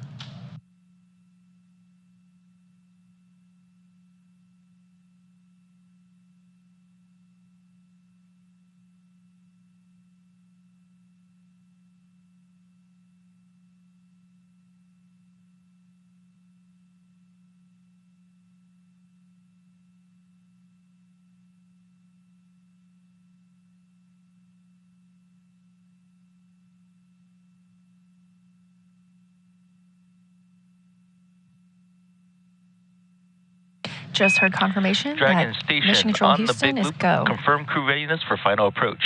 Ground has pulled go for approach 2 and will be commanding approach allowed shortly.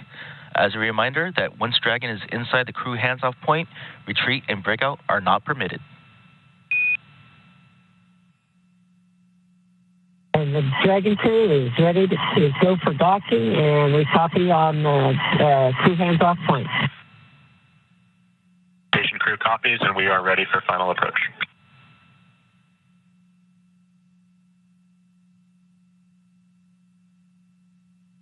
A lot of voices in the mix there, the last one being from NASA astronaut Woody Hoberg, who's in the cupola monitoring docking this morning. And good words from all of the teams that they are go for docking.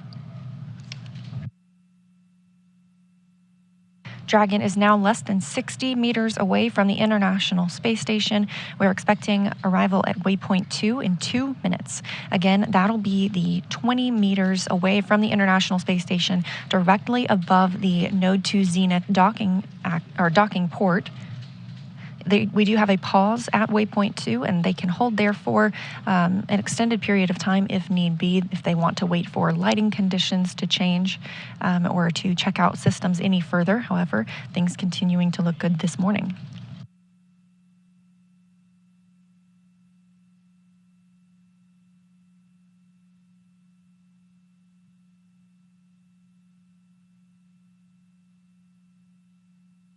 Currently, the International Space Station and Dragon are flying 262 statute miles over Russia in an orbital nighttime.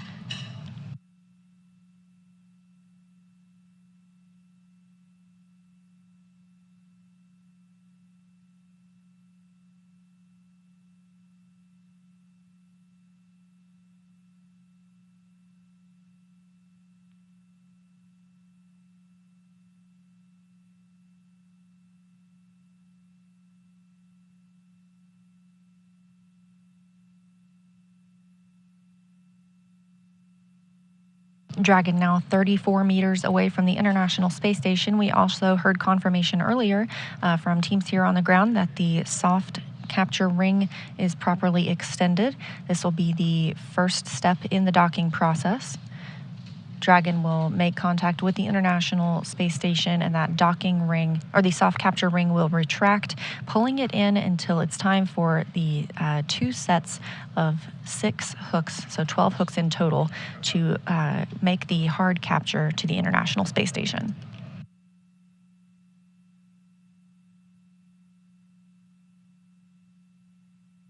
Standing by for arrival at waypoint 2.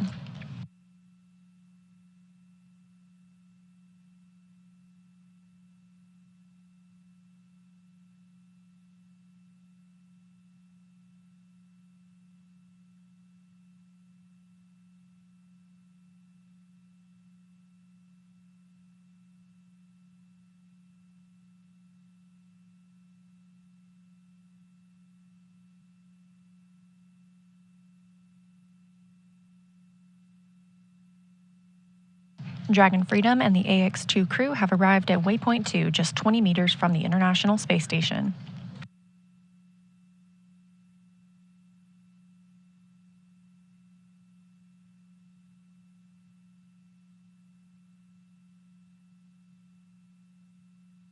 Teams here are all on the ground are all go for docking, as well as aboard the International Space Station and Dragon itself. Again, this graphic just a look at what we have seen so far, most recently this morning when Dragon arrived at waypoint 0, 400 meters away from the space station, moving into waypoint 1, 220 meters directly above and on the docking axis. We have now moved down from that 220 meters into just 20 meters from the International Space Station, directly above the Node 2 Zenith port. This is a hold point Station for Dragon. Houston, on the big loop, Dragon is on final approach and is go for docking. Monitor per steps 5 and 6 in 1.102, Dragon approach and retreat monitoring. Station copies in work.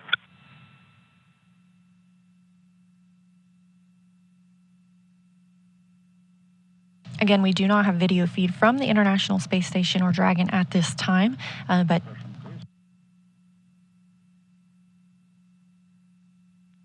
teams continue to monitor its approach to the space station itself. We have now left that waypoint 2 hold point of 20 meters away, now about 16 meters from the International Space Station.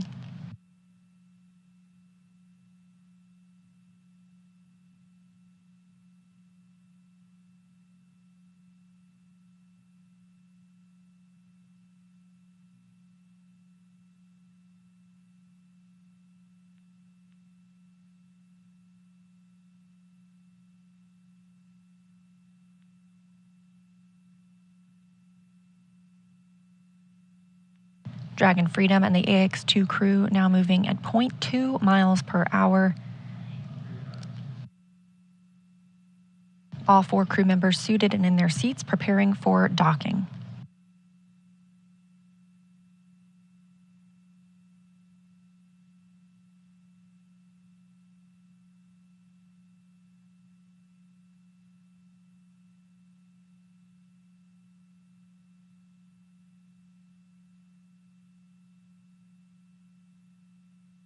Meters. Copy, 10 meters.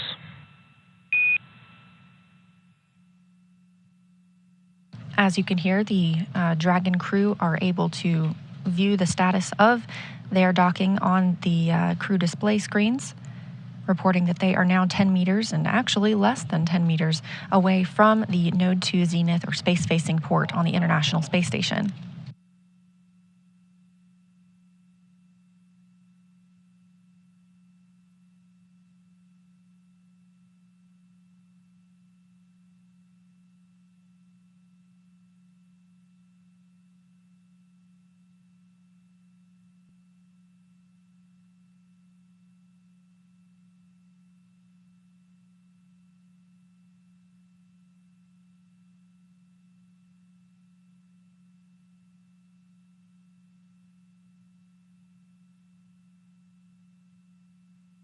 Meters.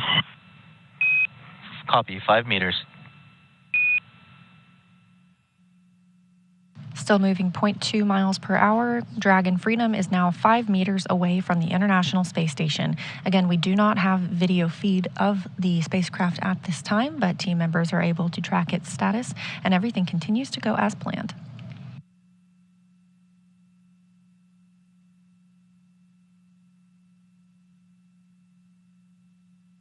The crew is now 3 meters from the space station. Meters, chop. Copy, 2 meters. Hands off. CHOP stands for the crew hands-off point, now 2 meters from the station, standing by for docking. 1 meter. Copy, 1 meter.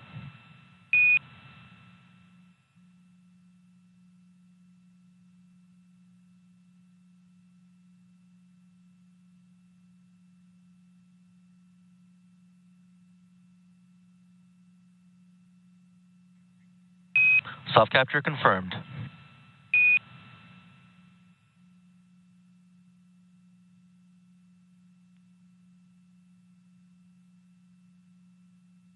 And we have confirmation that the Axiom-2 crew has docked to the International Space Station at 8:12 a.m. Central Time.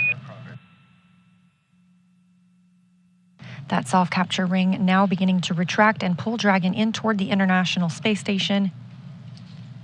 Docking coming as the space station itself was flying 262 statute miles northeast of Japan. And correction on last, we're still waiting on attenuation.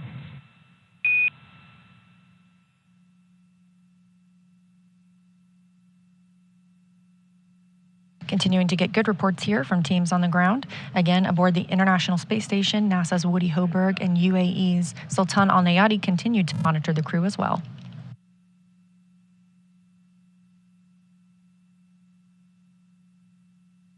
After soft capture is complete, those 12 hooks will begin to drive and pull Dragon firmly securing it to the Node 2 Zenith port.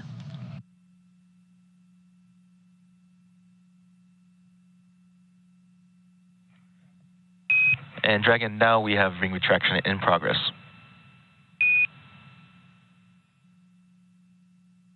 Dragon copy. That's the softest docking I've ever had.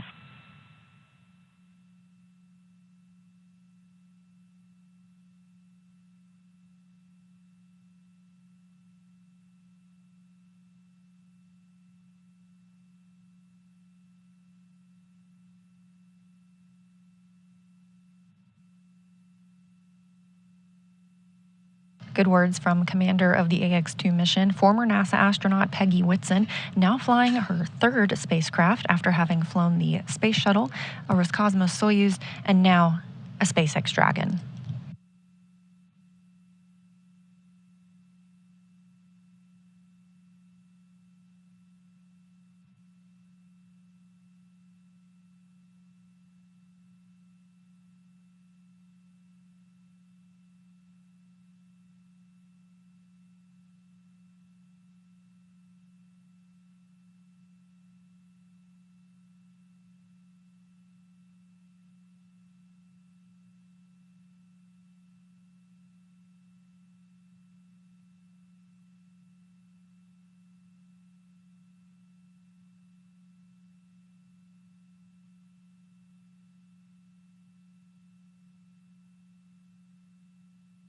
That soft capture ring continues to retract. Again, this is the first stage in docking.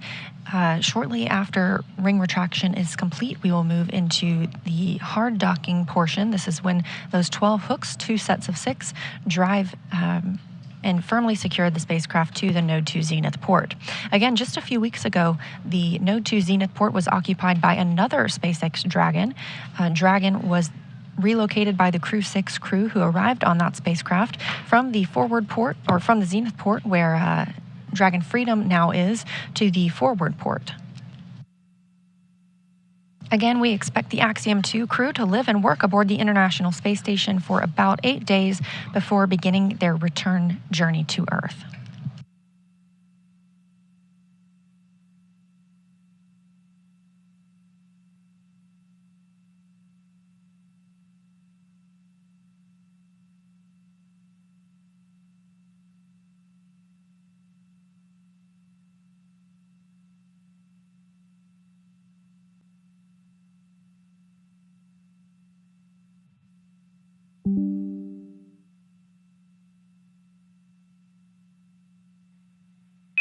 Ring retraction complete. Docking sequence is holding for MCS reconfiguration.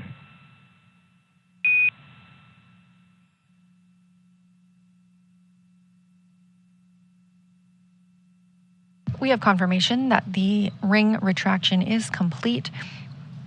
Next steps for this hard capture will be for those 12 hooks to drive.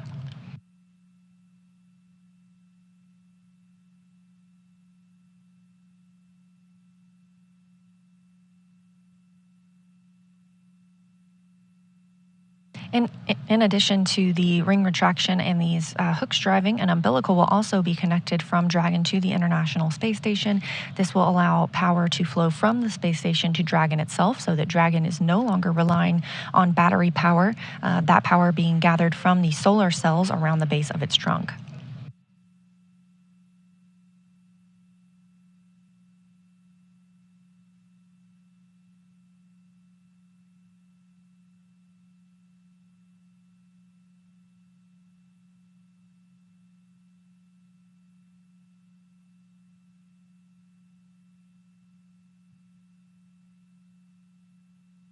Again, we are in a handover of our satellites for KU, which is what brings down our video. We do have audio communication with the crew through our S-band.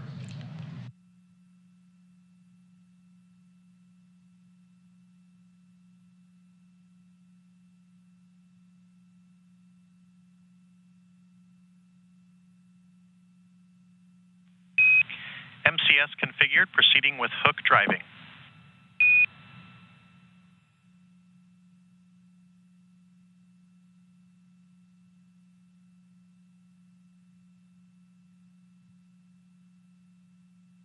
Teams reporting that we're properly configured for hard capture.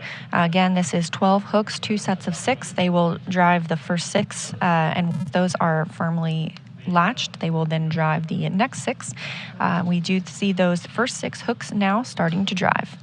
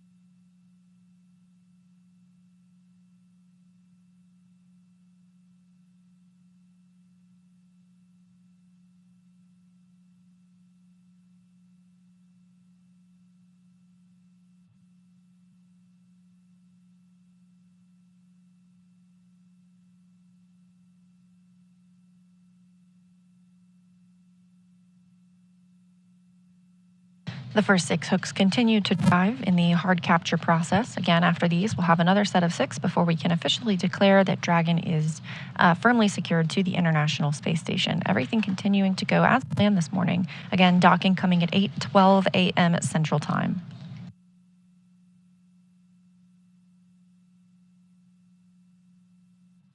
We have confirmation that the first set of 6 hooks have now closed and the second set are driving.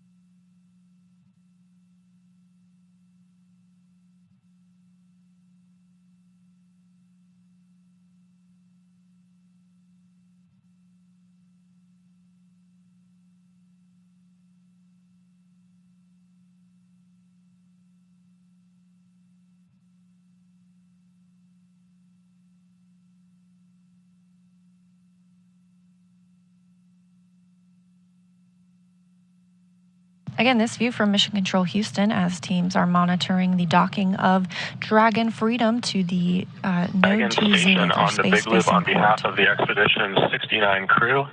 Peggy, welcome back. John, welcome to the International Space Station. And Ali and Rihanna, ahlan wa sahlan. Thank you so much for the Ax-2 crew. We're really looking forward to working with you guys this week. Likewise, we'll see you guys very soon.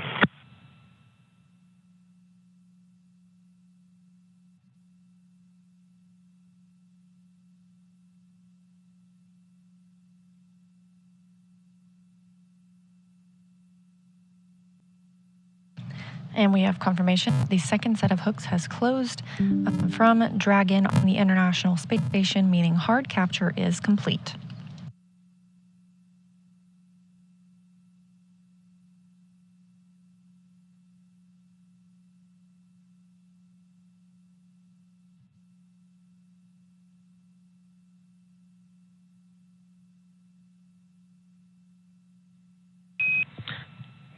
Dragon station, hard capture complete.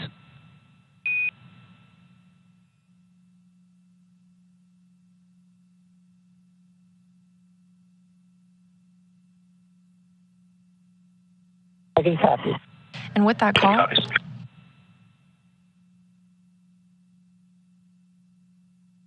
hard capture is complete. Dragon is firmly attached to the International Space Station. It's home for at least the next 8 days.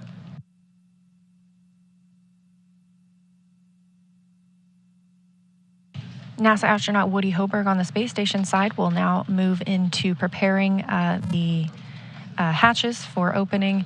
Again, that takes about a 2-hour process. The vestibule needs to be pressurized, the area in between the space station and Dragon. Coming up, the Ax-2 crew will have the chance to doff or take off their spacesuits, maybe get into their flight suits before they float aboard, and we begin our welcome ceremony.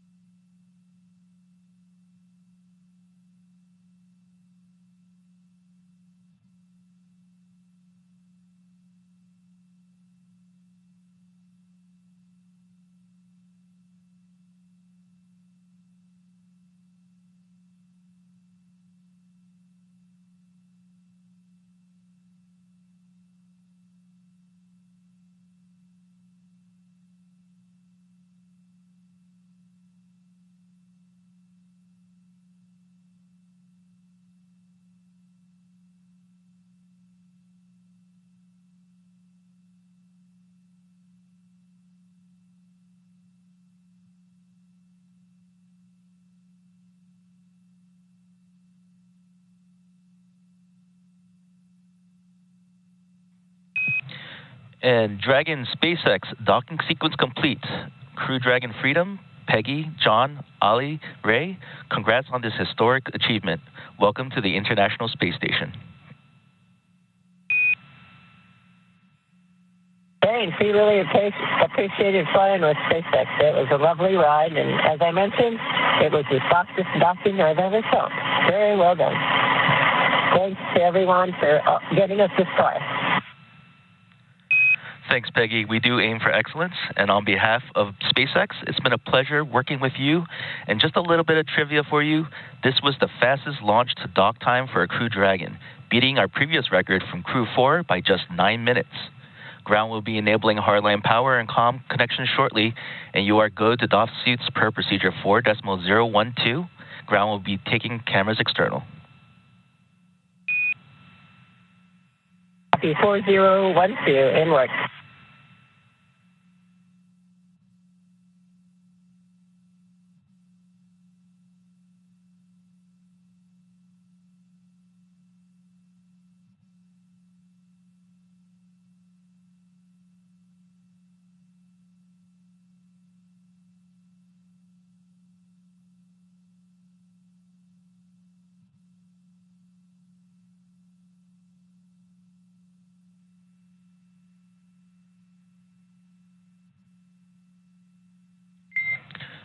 Dragon on Dragon to ground, no response required. Cameras are external.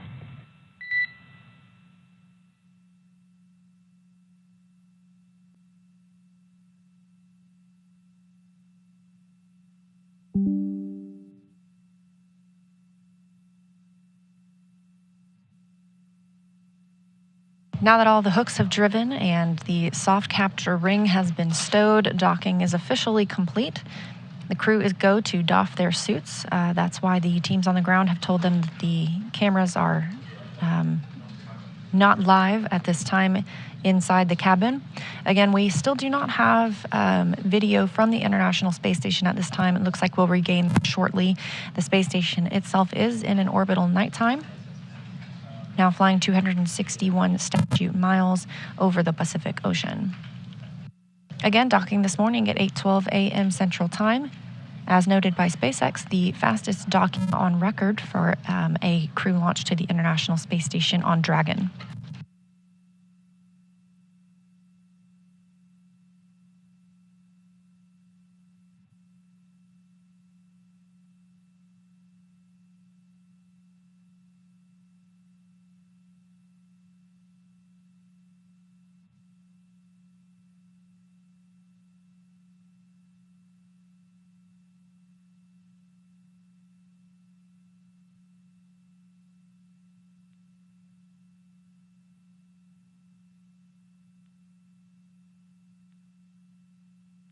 We also have confirmation that the umbilicals have attached from Dragon to the International Space Station. Again, these allow power to flow from the space station to Dragon, as well as data and other telemetry. When in free flight, Dragon uses power gained from its solar arrays and is stored and used from batteries aboard the spacecraft, so connecting to these umbilicals allows it to rely on power generated from the space station.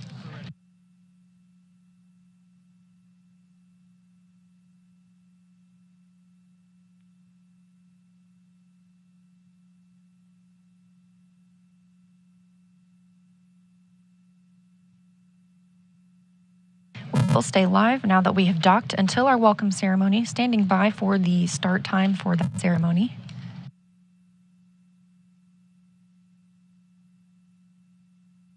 But this hatch open process takes about 2 hours.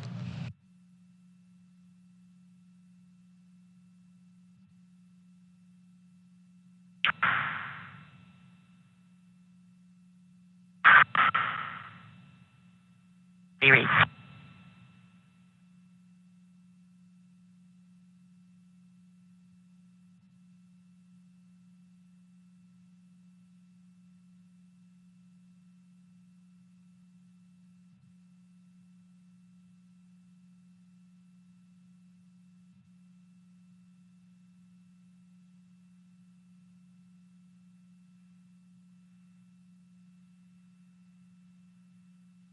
A look ahead at the steps that will be happening over the next couple of hours. Again, Woody Hoburg, NASA astronaut on the space station, is prime for these operations and bringing the Ax-2 crew on board. Now that we're docked, he is securing some hardware, and then we'll move into hatch operations.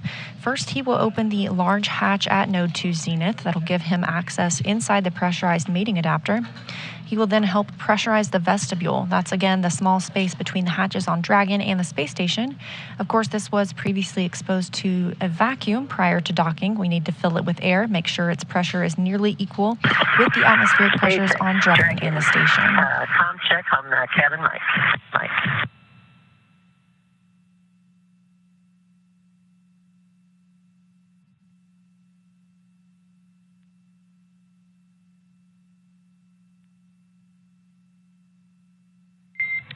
And Dragon SpaceX, I had you 5x5 on the cabin mic, but I am seeing that you have both ground and ISS set to PTT. Please set it to only the big loop.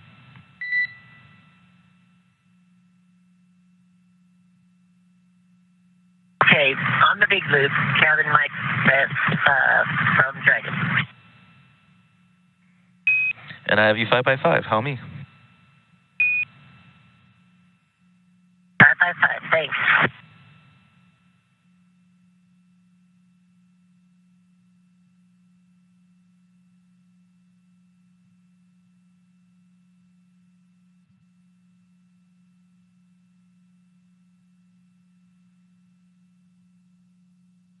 Station on 2 for PMA 3 ingress part step 1. Houston is with you on 2. All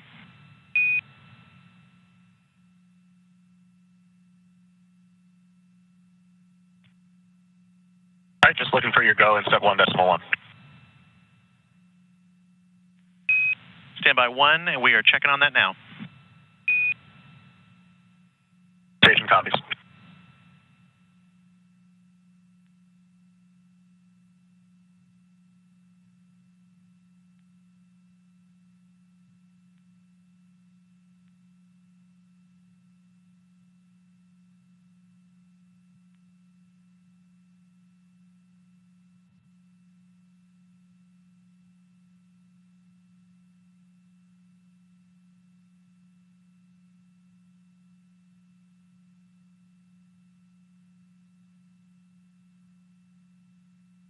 As you heard, teams on the ground communicating with the crew still aboard Dragon Freedom. Peggy Whitson took a chance to test out the cabin mic rather than the microphones they'd been using in their suits now that they've you are doffed go those. for 1.1 of procedure 2.102.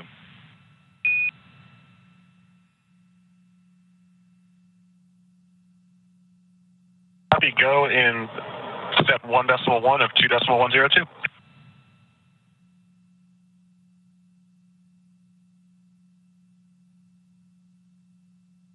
And that voice being NASA astronaut Woody Hoberg communicating with Justin Cartledge here on the ground, his Capcom, the capsule communicator. That's the person speaking with the astronauts aboard the International Space Station. Woody is now stepping through some procedures, including he will get access inside the pressurized mating adapter and then pressurize the vestibule. We want to make sure the pressure is almost equal with the pressures on board Dragon and the station.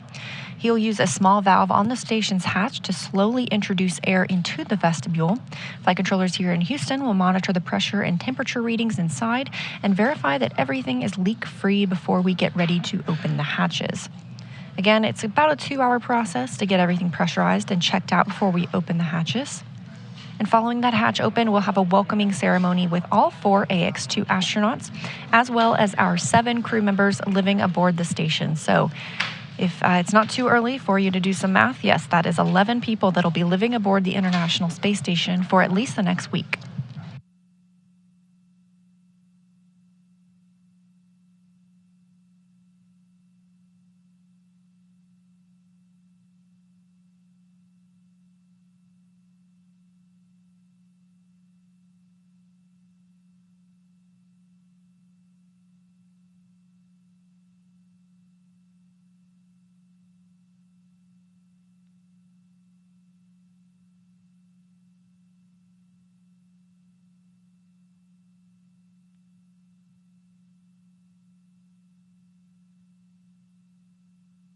Station node 2 overhead hatch open.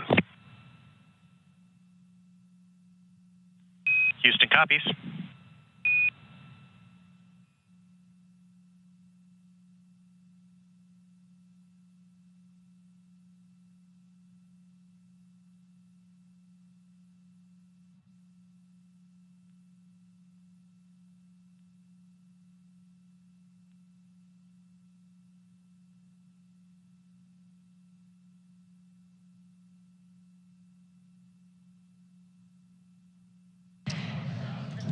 Again, we are live covering the arrival of the Ax-2 crew to the International Space Station. This is the second private astronaut mission that has visited the International Space Station following Axiom 1 flight last year.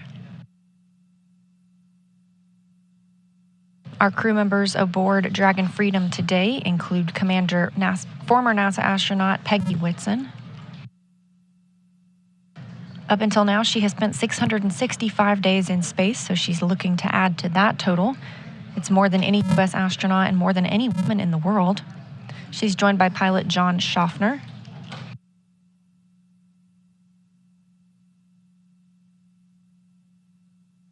And the 2 mission specialists representing the Saudi Space Commission are Ali Al-Karni and Rayana Barnawi. Station on 2, we're ready for step 2.2 on your go. Checking. You are go at 2.2. Copy, go.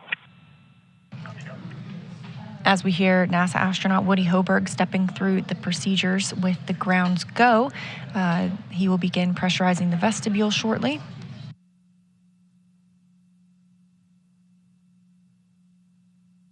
In the meantime, NASA astronaut Frank Rubio continues to conduct some hardware servicing on the space station. SpaceX on the big loop, if desired, reference procedure 4.400 for monitoring vestibule pressurization.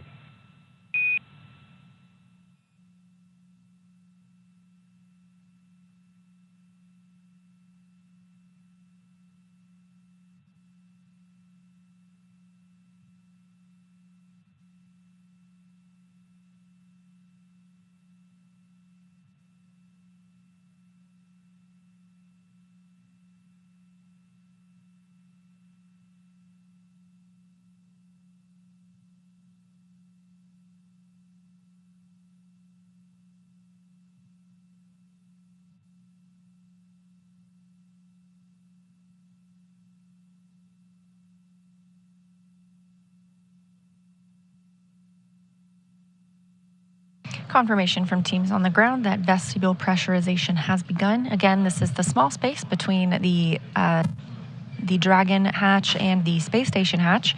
We want to bring that up from vacuum to about 14.7 psi. That's about the same pressure as the International Space Station, approximately the same pressure we're used to here on Earth. Astronauts on the space station live in a mixed nitrogen-oxygen environment, again, very similar to what we have on Earth. And Dragon station on the big loop.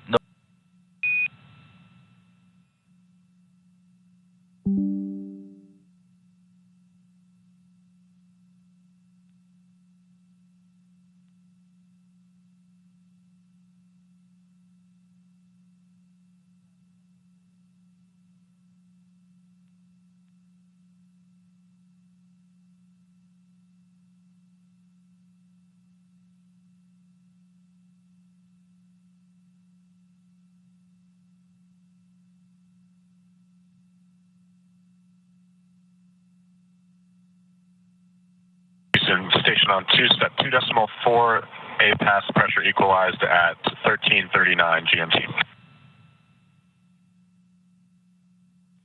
Houston copies 1339 GMT.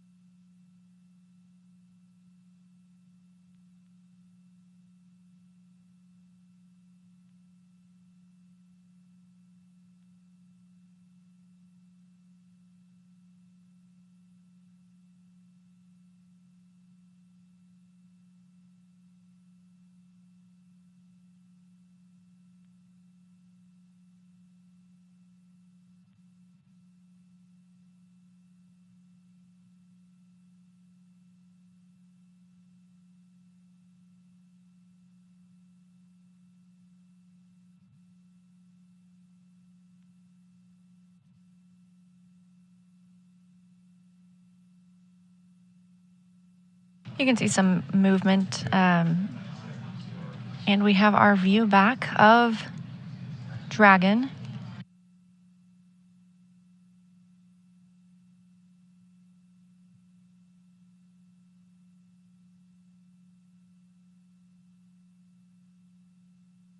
As we see a sunrise in the background, this view of Dragon Freedom with the Ax-2 crew aboard docked to the Node 2 Zenith port on the International Space Station. Again, that docking coming at 8:12 a.m. Central Time. The crew inside are now out of their suits. They are preparing for ingress to the International Space Station. Again, this is a process, though, so we are pressurizing the vestibule, the space between the two spacecraft. And if you see some color changes, that's because the International Space Station and Dragon are now flying into an orbital sunrise. They are 268 statute miles over the South Pacific Ocean. Now that they're docked, these two will travel 17,500 miles per hour together, seeing 16 sunrises and sunsets a day. So the Ax-2 crew is certainly in for a treat for their planned 8-day stay.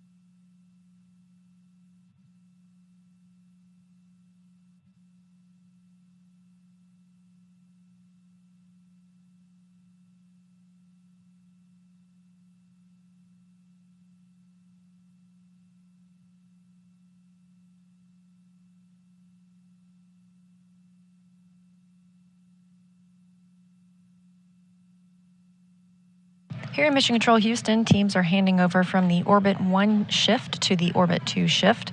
We have had Marcos Flores as our flight director this morning. He will be handing over to Vincent Laporte.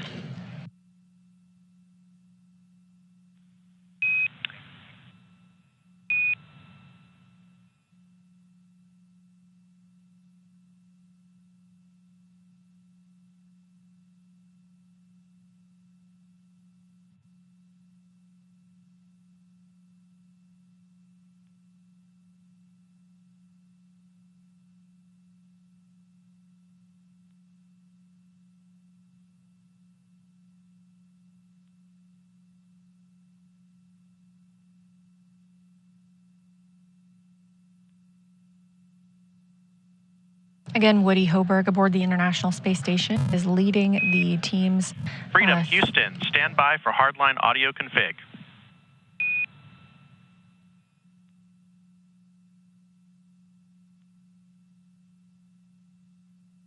Freedom is stand by.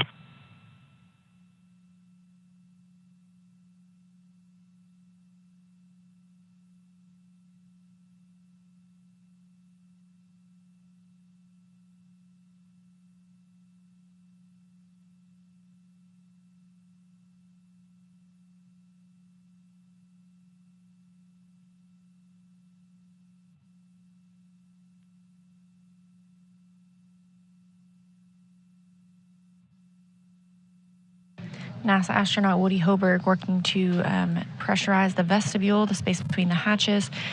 Again, this takes about 2 hours before the crew members float aboard the International Space Station. All 4 Axiom 2 crew members still in Dragon Freedom, as you see there, docked to the Node 2 Zenith port. Once they float aboard, they will conduct a welcome ceremony with all crew members before heading into a safety briefing. These private astronauts trained for many contingency scenarios down here on the ground, but the teams aboard the International Space Station will help show them different locations and procedures now that they are on orbit.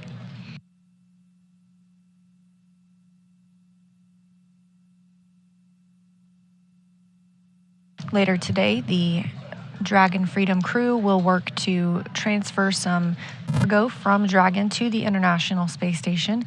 That includes some of the scientific research they'll be doing this week, as well as hardware or food needed.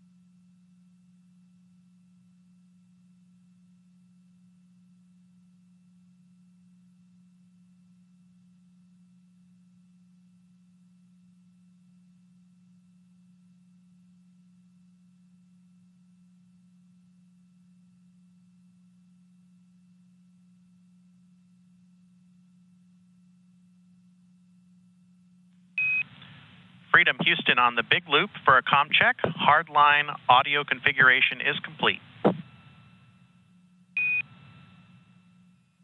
Freedom has you loud and clear on the big loop hardline.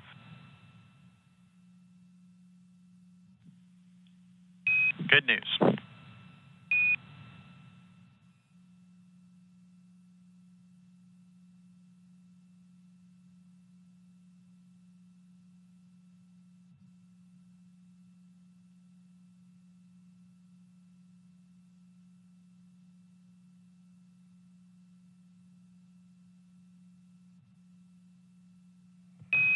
And Dragon SpaceX on the big loop, permission to come on board with cameras.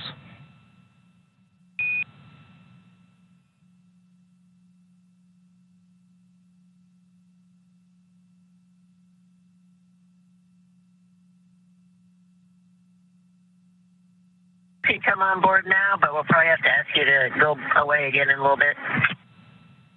Welcome aboard. Copy that. We'll keep them exterior until you're ready.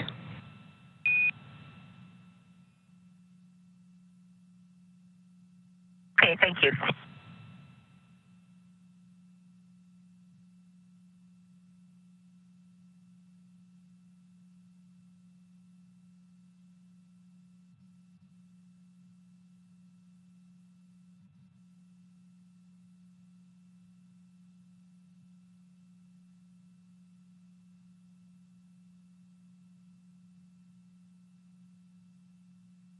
Recently, you heard a call from Mission Control in Hawthorne at SpaceX headquarters, checking with the crew to see if they could turn cameras on the spacecraft. They'll hold off for a little bit longer on that, but we still have all 4 crew members aboard. It has now been 41 minutes since they docked to the Node 2 Zenith port, making their official arrival at the International Space Station. On the space station side, NASA astronaut Woody Hoberg is preparing the APAS hatch for opening.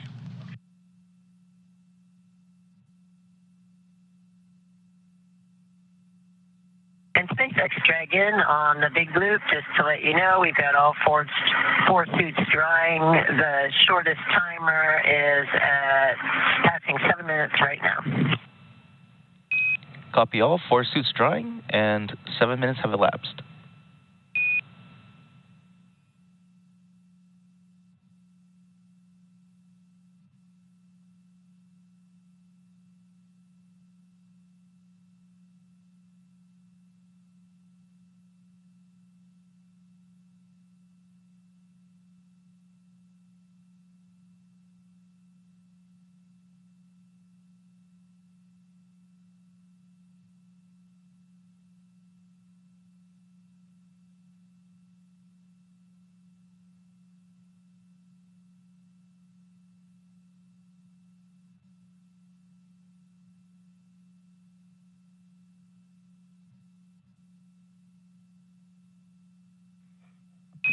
And Dragon with suits drying, I can give you a go for sections 1 through 3 of 4.400.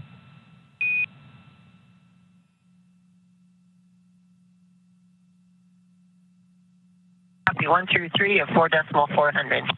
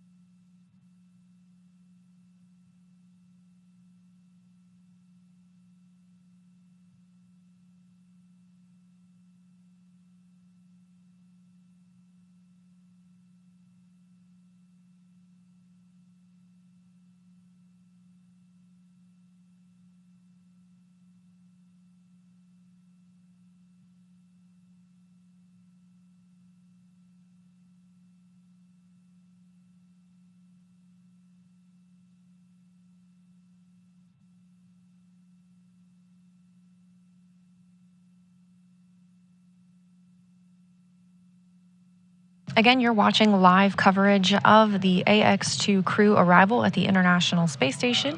The crew docked Dragon Freedom to the Node 2 zenith-facing port this morning at 8:12 a.m. Central Time. Dragon, and that this view is Ray for food inventory and water inventory. Copy that, Ray. Ready to copy for inventory.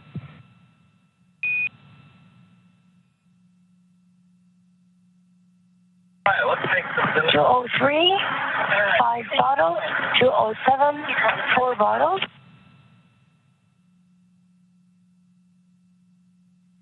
For food, 305, 1 meal and a snack. 313, 1 meal and a snack. 307, 1 meal and a snack.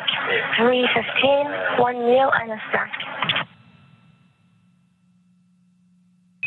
Copy that, and to read back, we have 5 bottles from 203, 4 bottles from 207, 1 meal and 1 snack from locations 305, 313, 307, and 315. Good copy. Thank you. Thank you.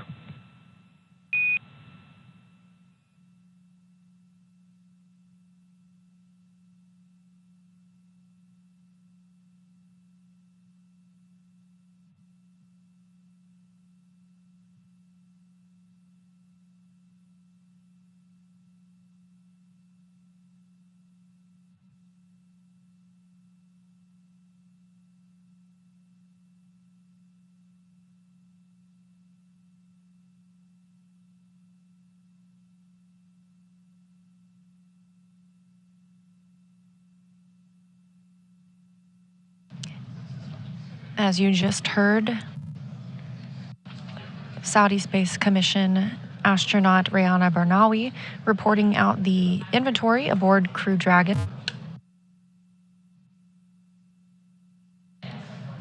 Everything is meticulously tracked aboard the space station and Dragon as well, so she was reporting which meals and snacks had been consumed during their approximate 16-hour flight from launch last night at 5:37 p.m. Eastern Time to docking this morning at 9:12 a.m. Eastern Time.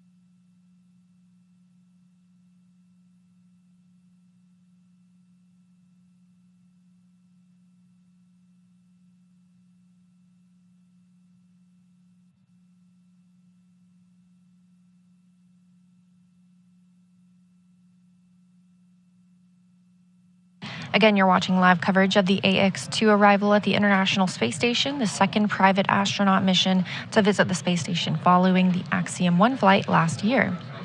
Currently aboard Dragon Freedom, which you see on your screen, attached to the station's Node 2 Zenith port, are Commander Peggy Whitson, pilot John Schaffner, and mission specialists Ali Alkarni and Rihanna Barnawi.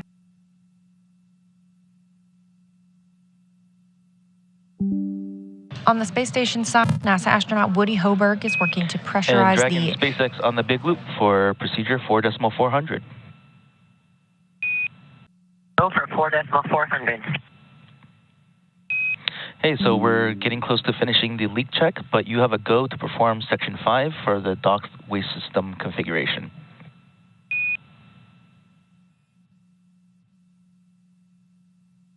Okay, go for Section 5. We'll try and get all the other activities out of the way first and get that in March. Copy all.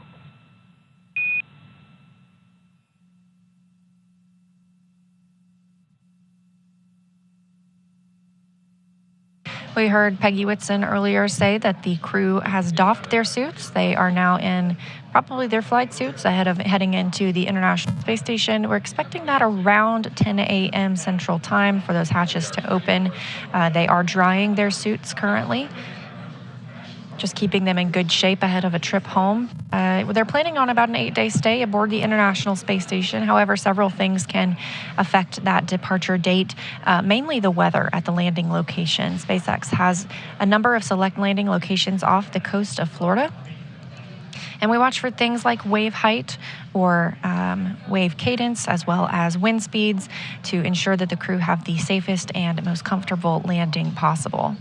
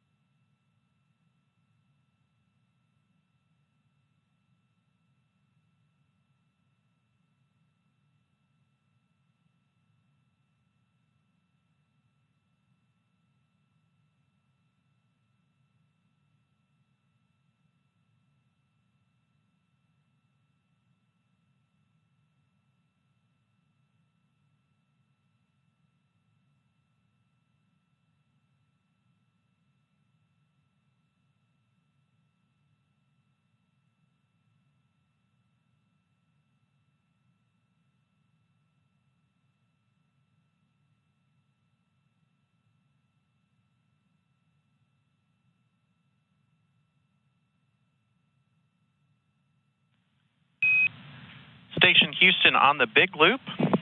We have a good leak check. ISS is go to complete vestibule equalization and open the APAS hatch at step 3.1 of procedure 2.102. All right, station copies go in 3.1.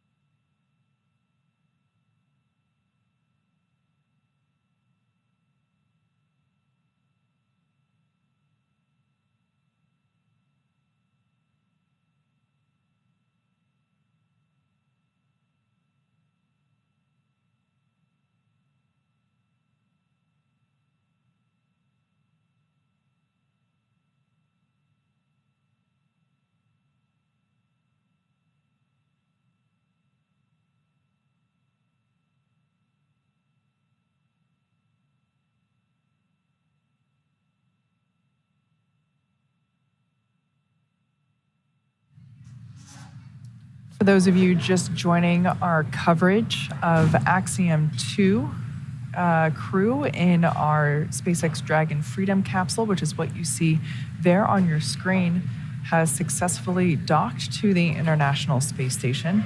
In fact, we had a new record time for SpaceX operations. We actually beat the Crew 4 record from liftoff to soft capture. Our record time now is about 15 hours and 35 minutes from liftoff to soft capture. So basically the most efficient and fastest transit to the International Space Station from Pad 39A.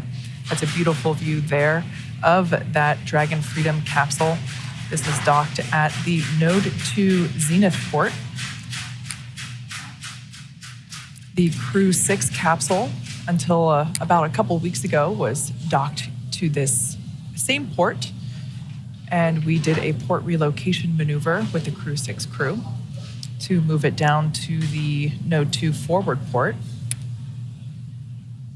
By doing so, we were able to clear this Zenith port for the Ax-2 mission, as well as the upcoming CRS-28 cargo resupply mission. Although it might look stagnant if you look at it quickly, we can see planet Earth rotating slowly behind, or rather under, the Dragon capsule and the International Space Station. There at the bottom of the screen, you can kind of make out the Canada arm, which is the robotic arm that the crew on board station will utilize in order to remove cargo from the unpressurized section of Dragon located in the trunk, which is essentially the top half, in this orientation, the top half of the Dragon capsule. Of course, when we are sitting at the launch pad or other conventional views of Dragon, it's the bottom half of Dragon. But really, it's that half black, half white cylindrical portion of Dragon that we see there. This view is also great because you get a really clear view of the nose cone and all of the hardware that the nose cone protects during the launch phase.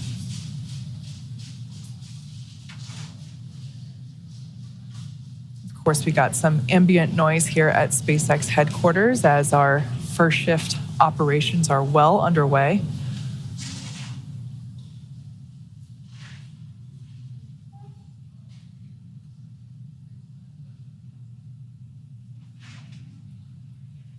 During the ascent phase, that nose cone will be closed, and that protects the forward hatch as well as the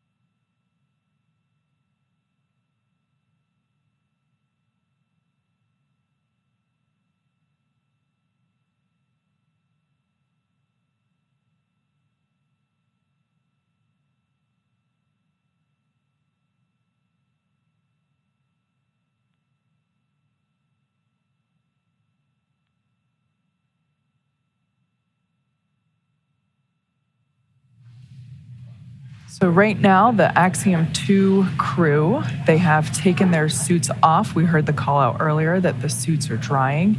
And as you can see, the Dragon capsule is docked, and they have completed pressurization of the APAS hatch.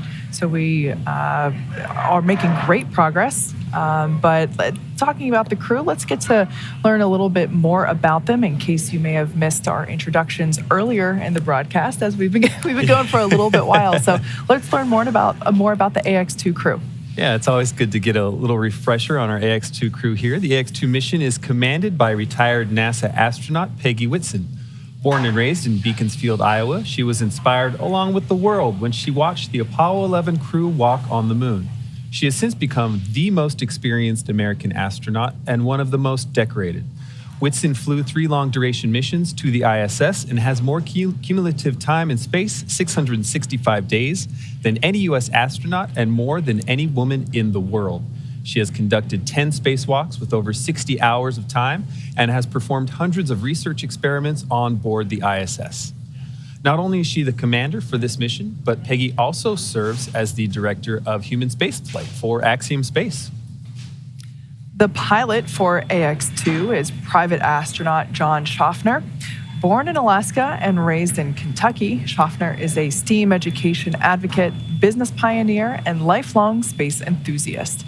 A pilot since the age of 17, John has over 8,500 flight hours holding commercial, instrument, single-engine, and multi-engine ratings in land and sea aircraft, as well as helicopter. He also holds ratings in former military jets and high-performance radial engine aircraft. As an athlete, John has years of competitive experience in water skiing, cycling, whitewater kayaking, hang gliding, skydiving, and base jumping. John trained as the Ax-1 backup pilot, and during this mission on Ax-2, plans to invest a lot of his time in STEAM education activities aimed at empowering educators and inspiring teachers.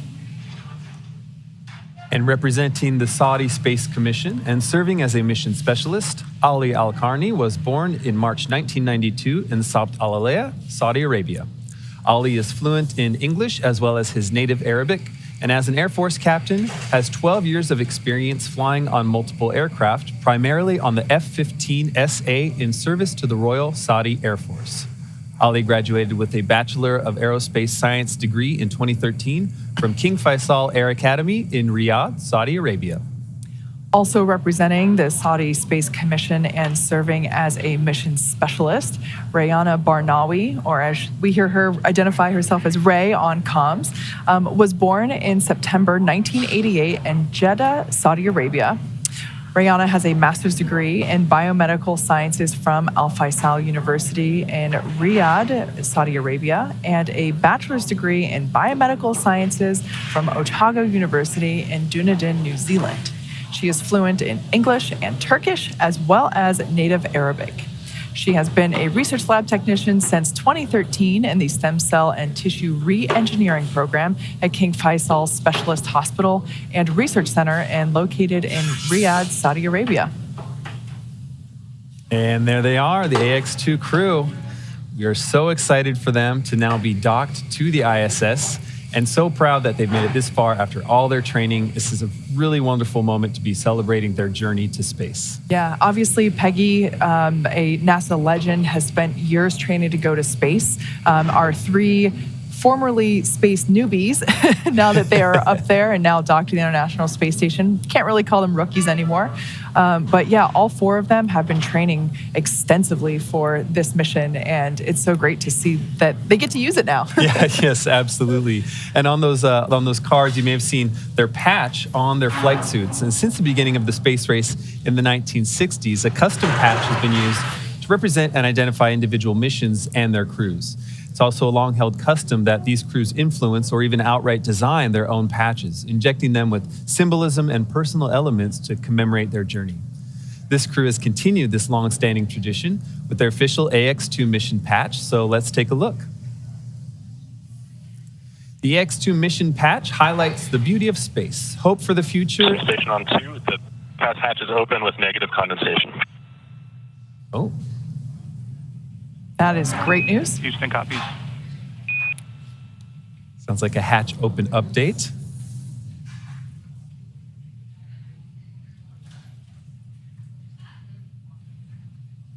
Okay, continuing on this patch.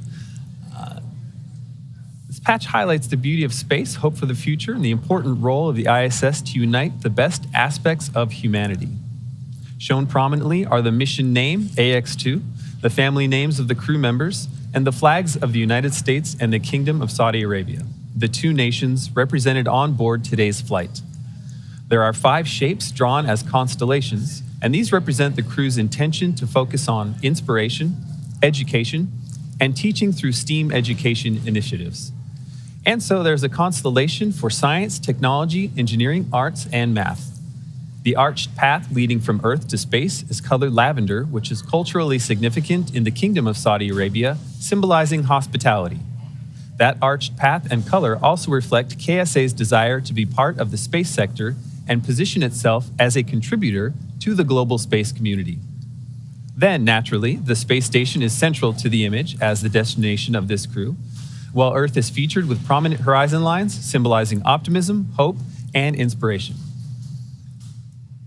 Just as you see this mission patch worn by the crew on their flight suits, this patch is currently adorning the walls of Axiom Space's mission control in Houston and is placed in a position of honor everywhere this crew is being supported for the duration of their mission.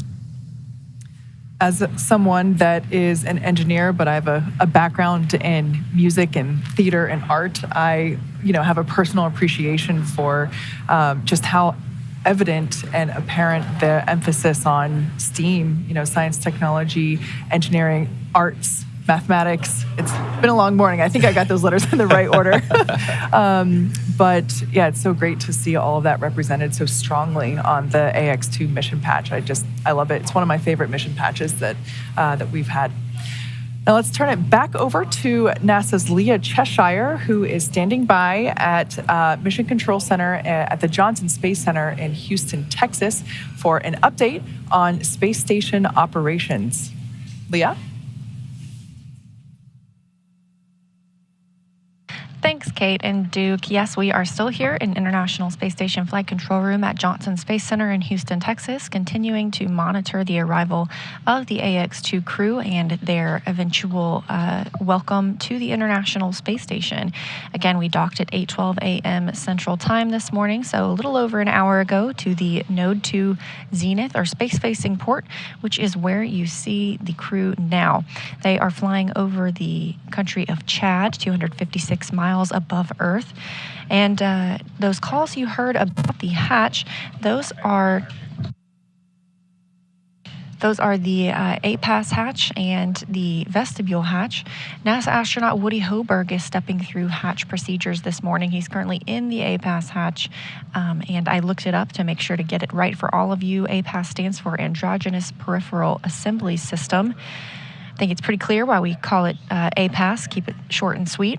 But that hatch has been opened. He is inside, and he has also opened the vestibule hatch. So the Dragon hatch is not open yet. We've still got some things that we need to work through on the SpaceX side as well as on the NASA side to make sure that we're ready to welcome the Ax-2 crew members aboard.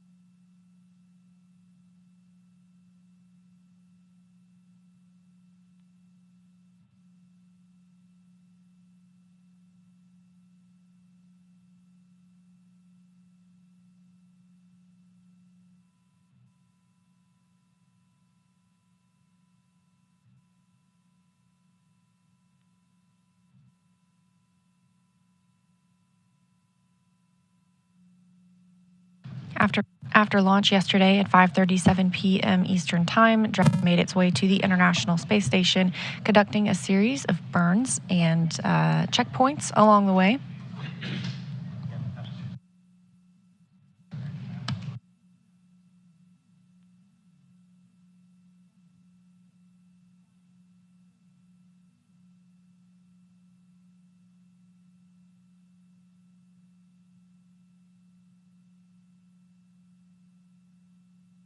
This view inside the International Space Station, you're getting a look at NASA astronaut Woody Hoberg. This is his first flight to the space station. He arrived as a member of Crew 6 earlier this year. He is preparing the space station for entry of the Ax-2 crew. As you can see, he's working on some venting. That tube will go from the space station into Dragon and kind of help equalize the and balance out the air and the mix of the air that's in the space station to what's currently in Dragon. Again, the Dragon hatch is not open yet. We are remaining live all the way through their welcome ceremony when we see the 4 crew members, Peggy Whitson, John Schaffner, Lee Alcarney, and Rihanna Barnawi, float aboard the International Space Station for the start of their approximately 8-day stay.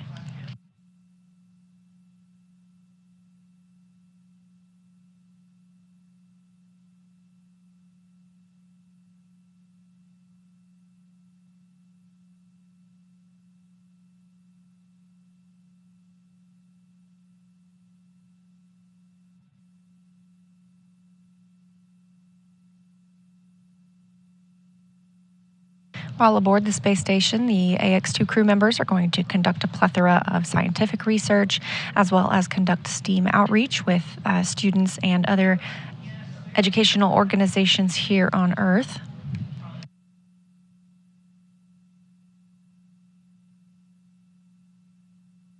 And again, they dock to the Node 2 Zenith port. This is where the Crew 6 Dragon, known as Endeavour, was docked just a few weeks ago. However, it was moved from one hatch to the next. Houston, so we have 2 Dragons, both docked to Node 2. ISS is ready for Dragon hatch equalization.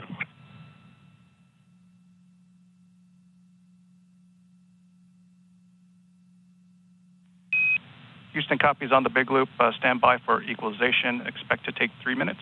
Additionally, ground is a little bit behind on configurations, so expect a slight delay for hatch opening.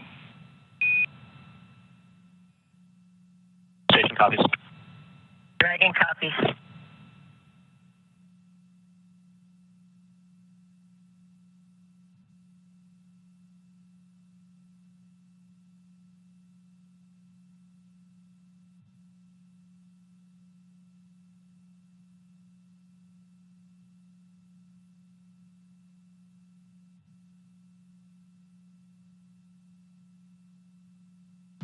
As NASA astronaut Woody Hoberg gets things ready on the station side, the Ax-2 crew is still aboard Dragon, and they continue to have some steps that they're working through as well.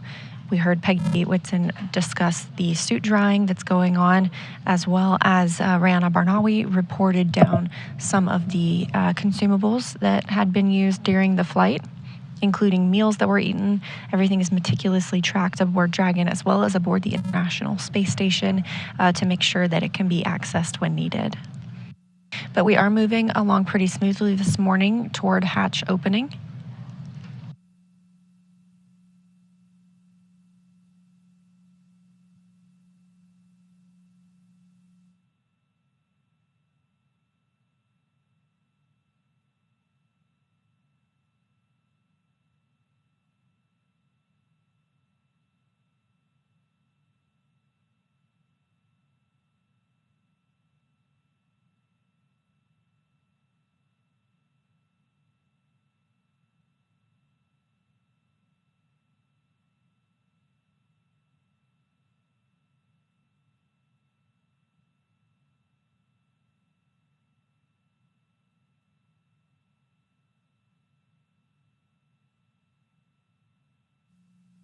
The International Space Station uses GMT as their time zone, so it's about 2:28 p.m. Pacific, 2B Pacific aboard the International Space Station right now. So Crew members are in the middle of their workday, most of them taking... Section 5 is complete for the waste configuration. And copy that, Peggy. Section 5 complete. Any deltas to inventory?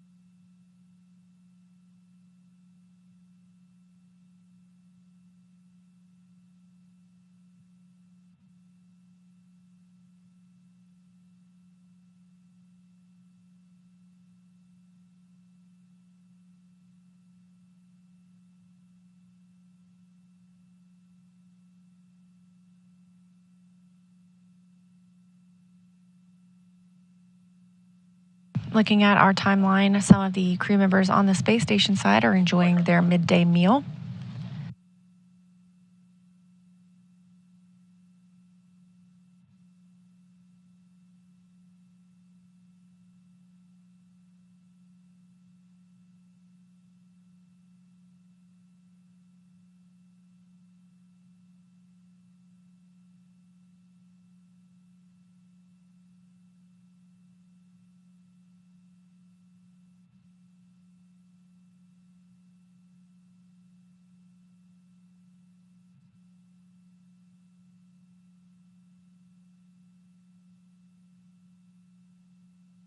Of course, after floating aboard, we'll see the Ax-2 crew move into their welcome ceremony, where they get to spend a little time with the other 7 crew members on the International Space Station and discuss their initial reactions to being on orbit and visiting the orbiting laboratory.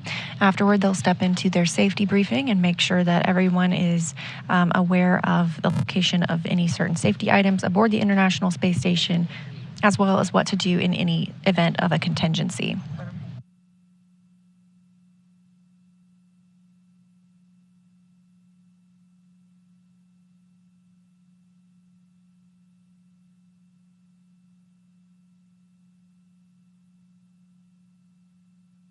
After the safety briefing, the Dragon Freedom astronauts, the Ax-2 crew, will begin moving some of the cargo from Dragon into the International Space Station side.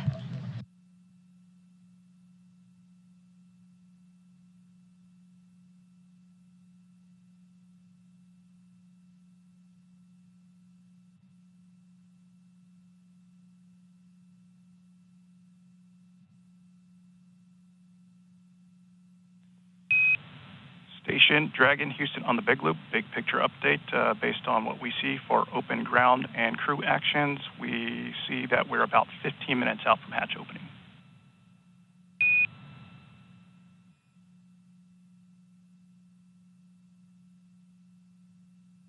Dragon copies 15 minutes out. And station copies 15 minutes.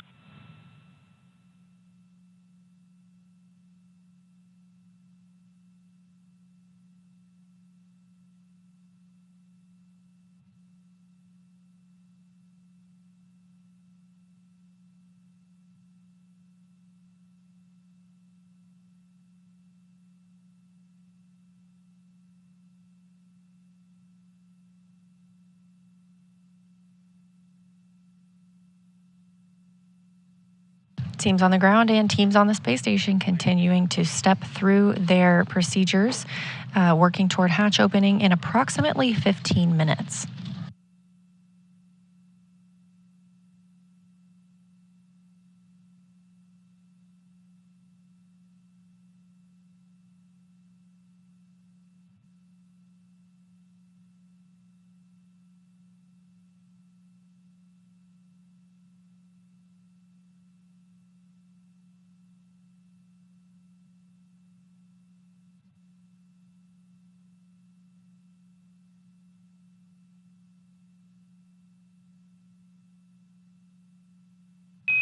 And Dragon SpaceX on 2 for status.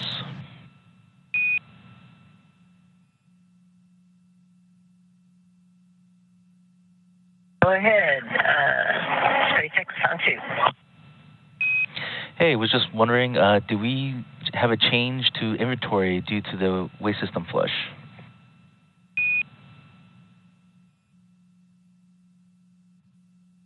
Can you have a change to what? Yeah, to our inventory for water bottles consumed.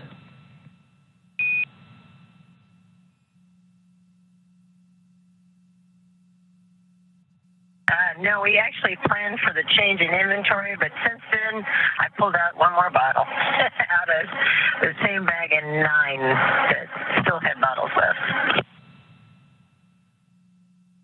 Actually, make it 2 more. John wants to grab one too. And copy that. That's 2 bottles from which location?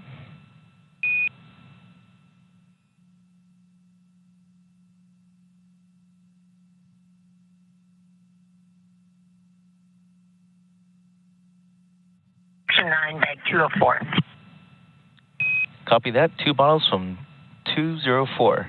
And just checking in, are we able to come back on board with cameras?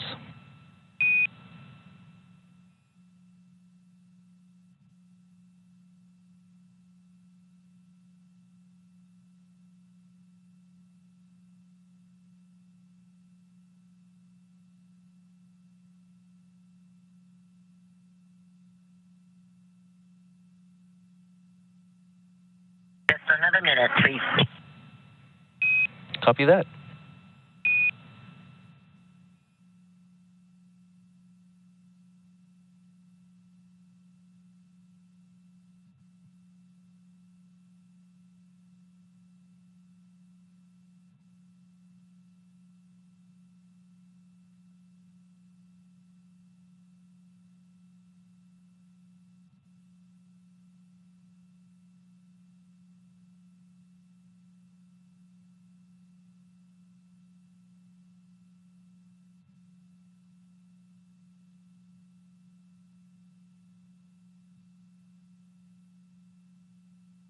We're about 10 minutes away from Dragon hatch opening.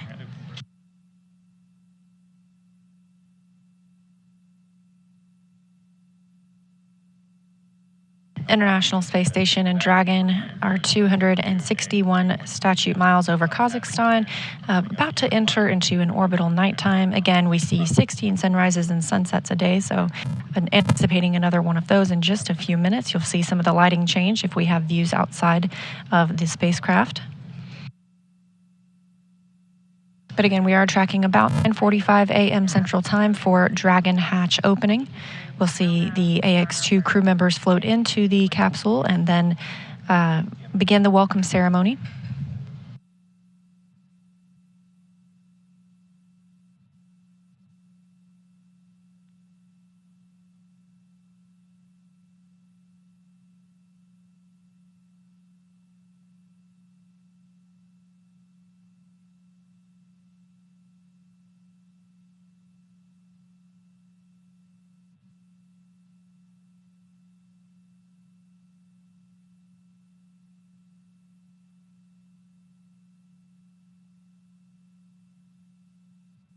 Again, we are in a TDRS handover, meaning we do not have KU band. That is the antenna we use to bring down our video from the International Space Station. So we are anticipating the crew to float through the Dragon hatch at about 9:45 a.m. Central Time. We anticipate having good video at that time, so we'll get to welcome those 4 crew members aboard and see their smiling faces now that they've arrived at the space station.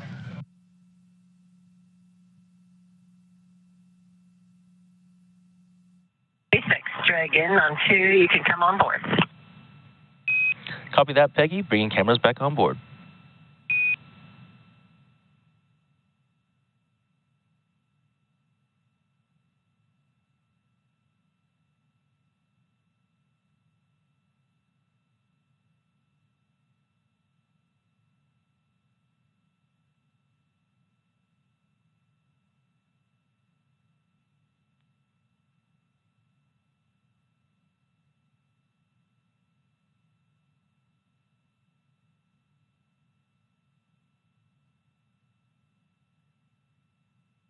SpaceX Dragon. The first two suits are dry, but we're just going to hold on packing them until after the event, if that sounds right to you.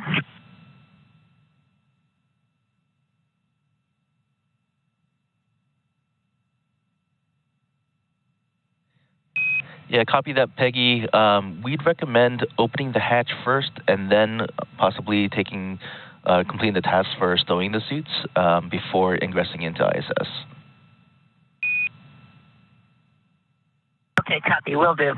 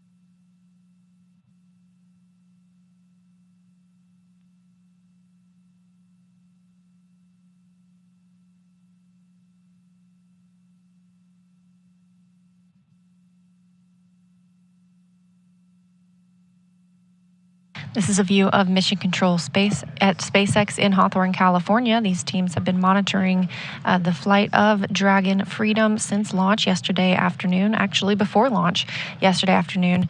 That launch coming at 5:37 p.m. Eastern Time from Florida. A flawless launch, and then about a 16-hour rendezvous to the International Space Station. We got into integrated operations earlier this morning once we crossed through the approach ellipsoid, a 4 by 2 by 2 kilometer invisible boundary around the space station that helps us govern visiting spacecraft and their arrival and departure. Teams here in Mission Control Houston, now on your screen, are being led by Vincent Lacourt, Flight Director. They're working with astronauts aboard the International Space Station and staff this room 24/7, 365 to ensure that those astronauts and the space station systems remain supported. We've had continuous presence aboard the International Space Station for over 23 years now.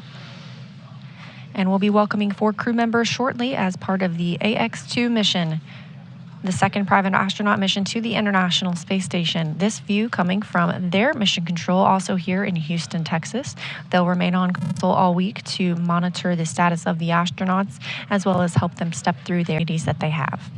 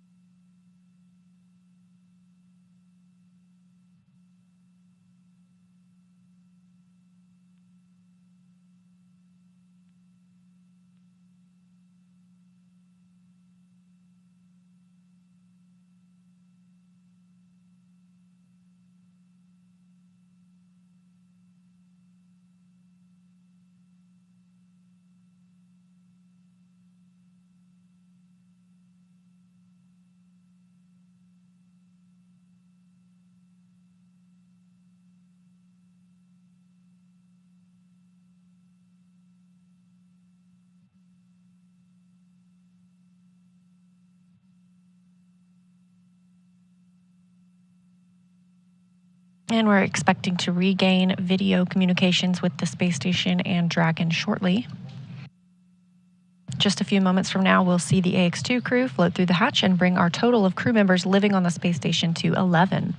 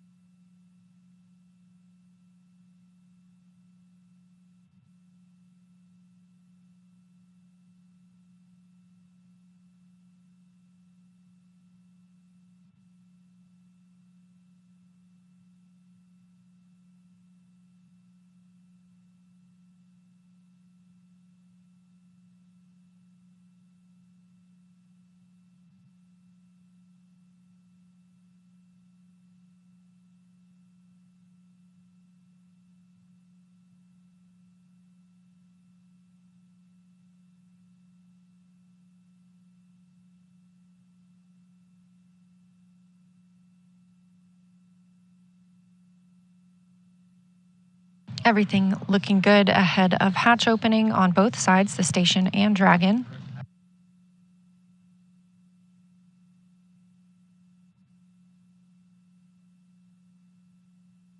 We're just standing by to regain video communications before we go for that hatch open so we can ensure we'll see the smiling faces of our 4 new crew members joining the Expedition 69 crew on the International Space Station. Again, we expect them to stay for about a week before returning on Dragon Freedom back to Earth.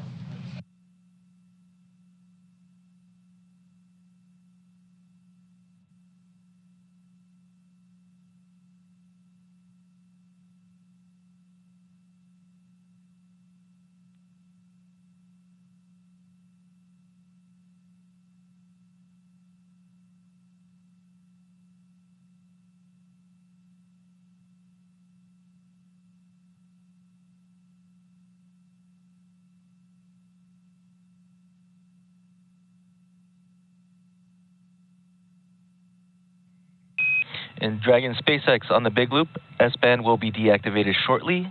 Dragon to ground will no longer be available for comms. Please verify PTT destinations are set to ISS. Welcome.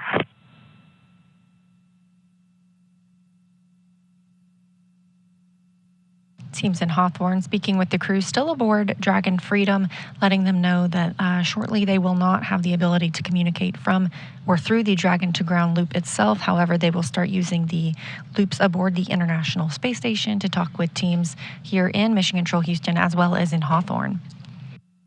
Again, we are getting close to hatch opening. Docking this morning occurring at 8:12 a.m. Central Time, so about an hour and a half ago. It was a very smooth ride to orbit yesterday, launching at 5:37 p.m. Eastern Time, and then again about a 16-hour transit, the fastest on record for a Dragon crew to the International Space Station.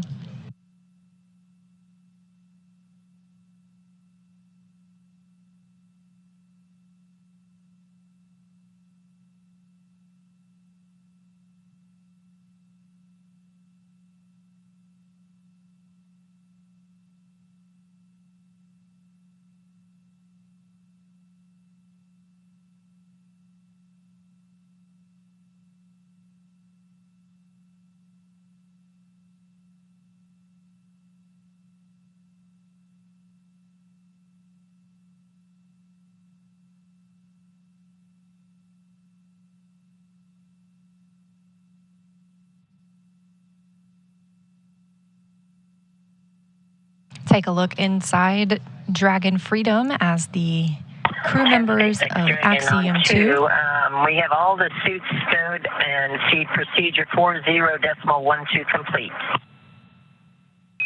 Copy all, Peggy. 4.012 complete.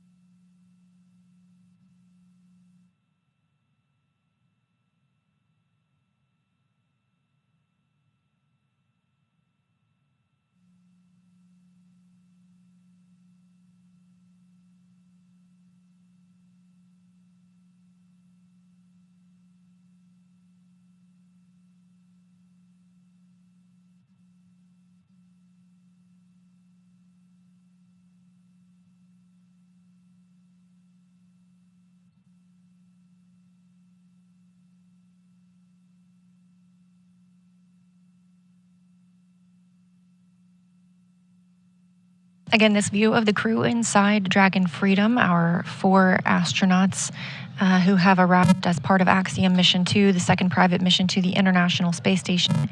Up in the center of the screen, still sort of in her seat, that's former NASA astronaut Peggy Whitson, the commander of this crew. Over near the window, you can see Ali Al-Karni, representing the Saudi Space Commission. Down below him, holding on to one of the footrests, is John Schaffner, the pilot.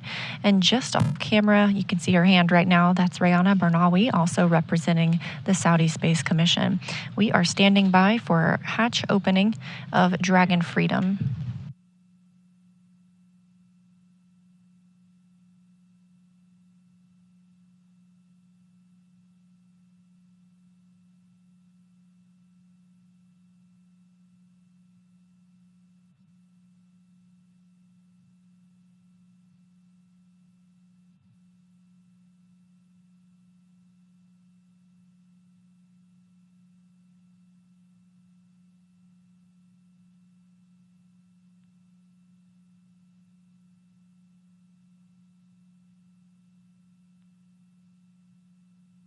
No.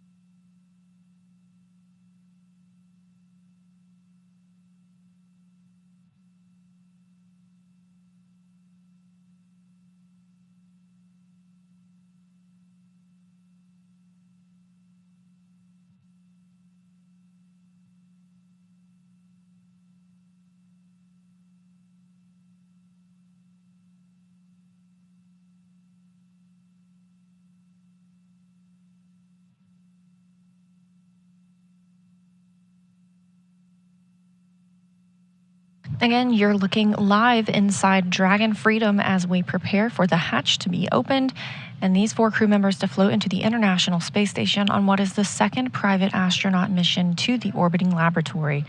They will remain at the space station for about 8 days before undocking and returning to Earth. While they're on board, we will have a total of 11 people living and working aboard the space station.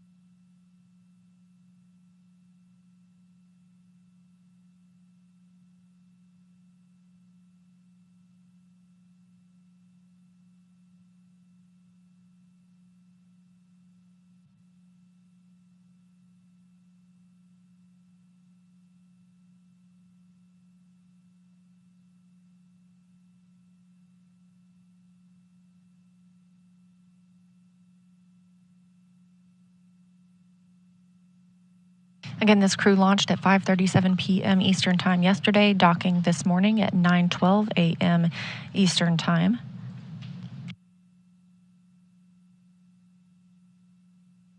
The hatches are configured to be opened, so we are just standing by for that final go call to the crew.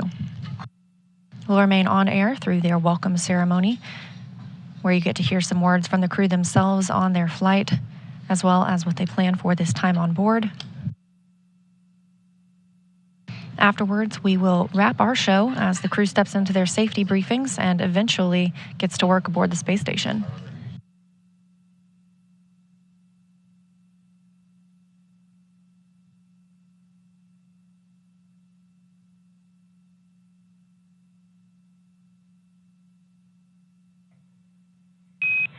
Dragon SpaceX on 2 for hatch open. Go for Dragon. Hey Peggy, so just big picture. Following hatch open, we'd like you to complete Part C of 2.102 prior to station ingress. We're still ahead of the timeline, so we've got some time to complete these tasks in the nominal sequence.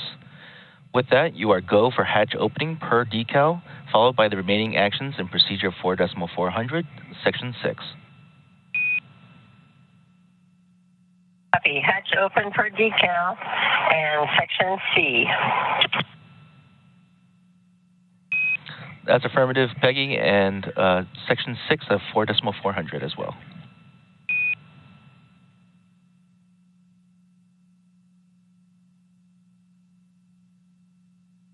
Yes, copy. Section 6 of 4.400 as well. Thank you.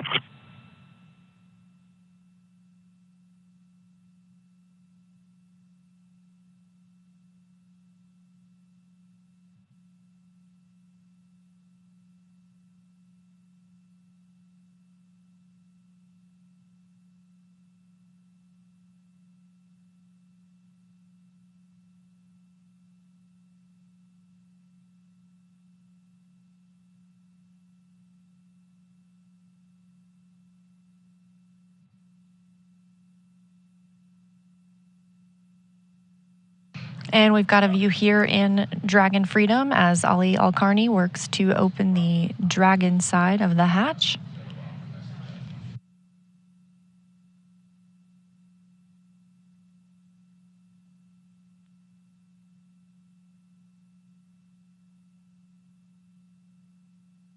On the other side of the Dragon hatch is NASA astronaut Woody Hoburg waiting to welcome the crew on board after having completed all of the preparations this morning.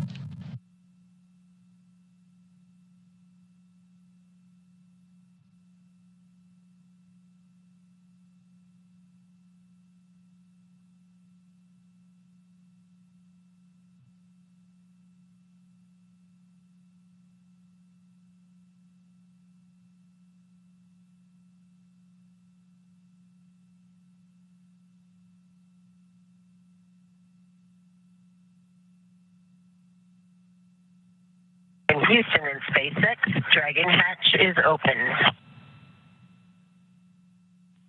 Houston copies. SpaceX copies. At 10 a.m. Central Time, the Dragon hatch is open, preparing to see our crew members float through and join the International Space Station.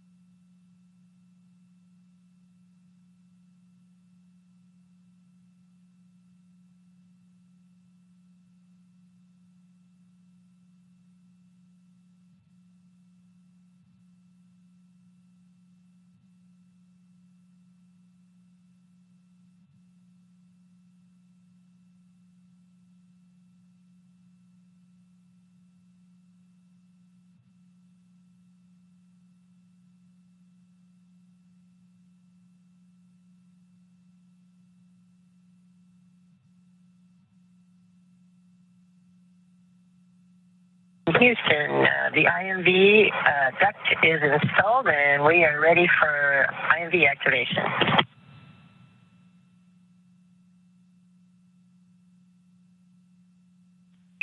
Houston copies.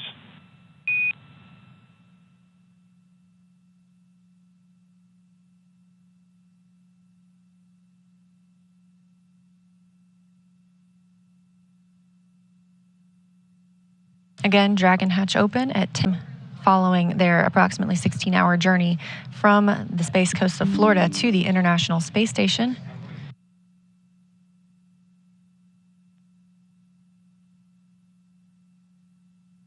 And Houston Station in the Dragon, we're at step 6.3, ready for the procedures for the LIO.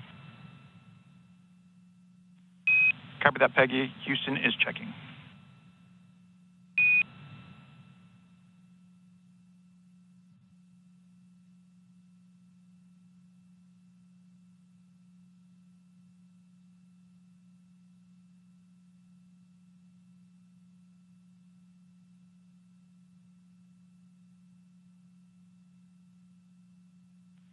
Dragon Houston, on the big loop, you have a go for step 6.3 and procedure 2.102. Go for 6.3, 2.102. Thanks.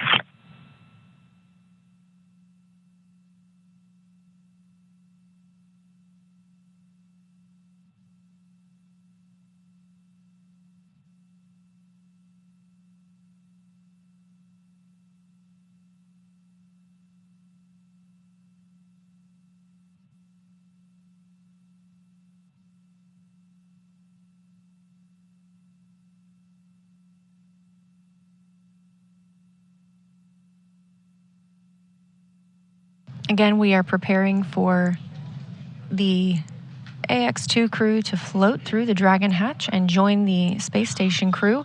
On the right-hand side of your screen, you see NASA astronaut Woody Hoberg, who has monitored their arrival this morning, first in the cupola, and then worked to prepare these hatches, pressurizing the vestibule, that space between both hatches, and eventually assisting in opening the APAS hatch, as well as then Ali Al-Karni, just at 10 a.m. Central Time, 5 minutes ago, opening the Dragon hatch.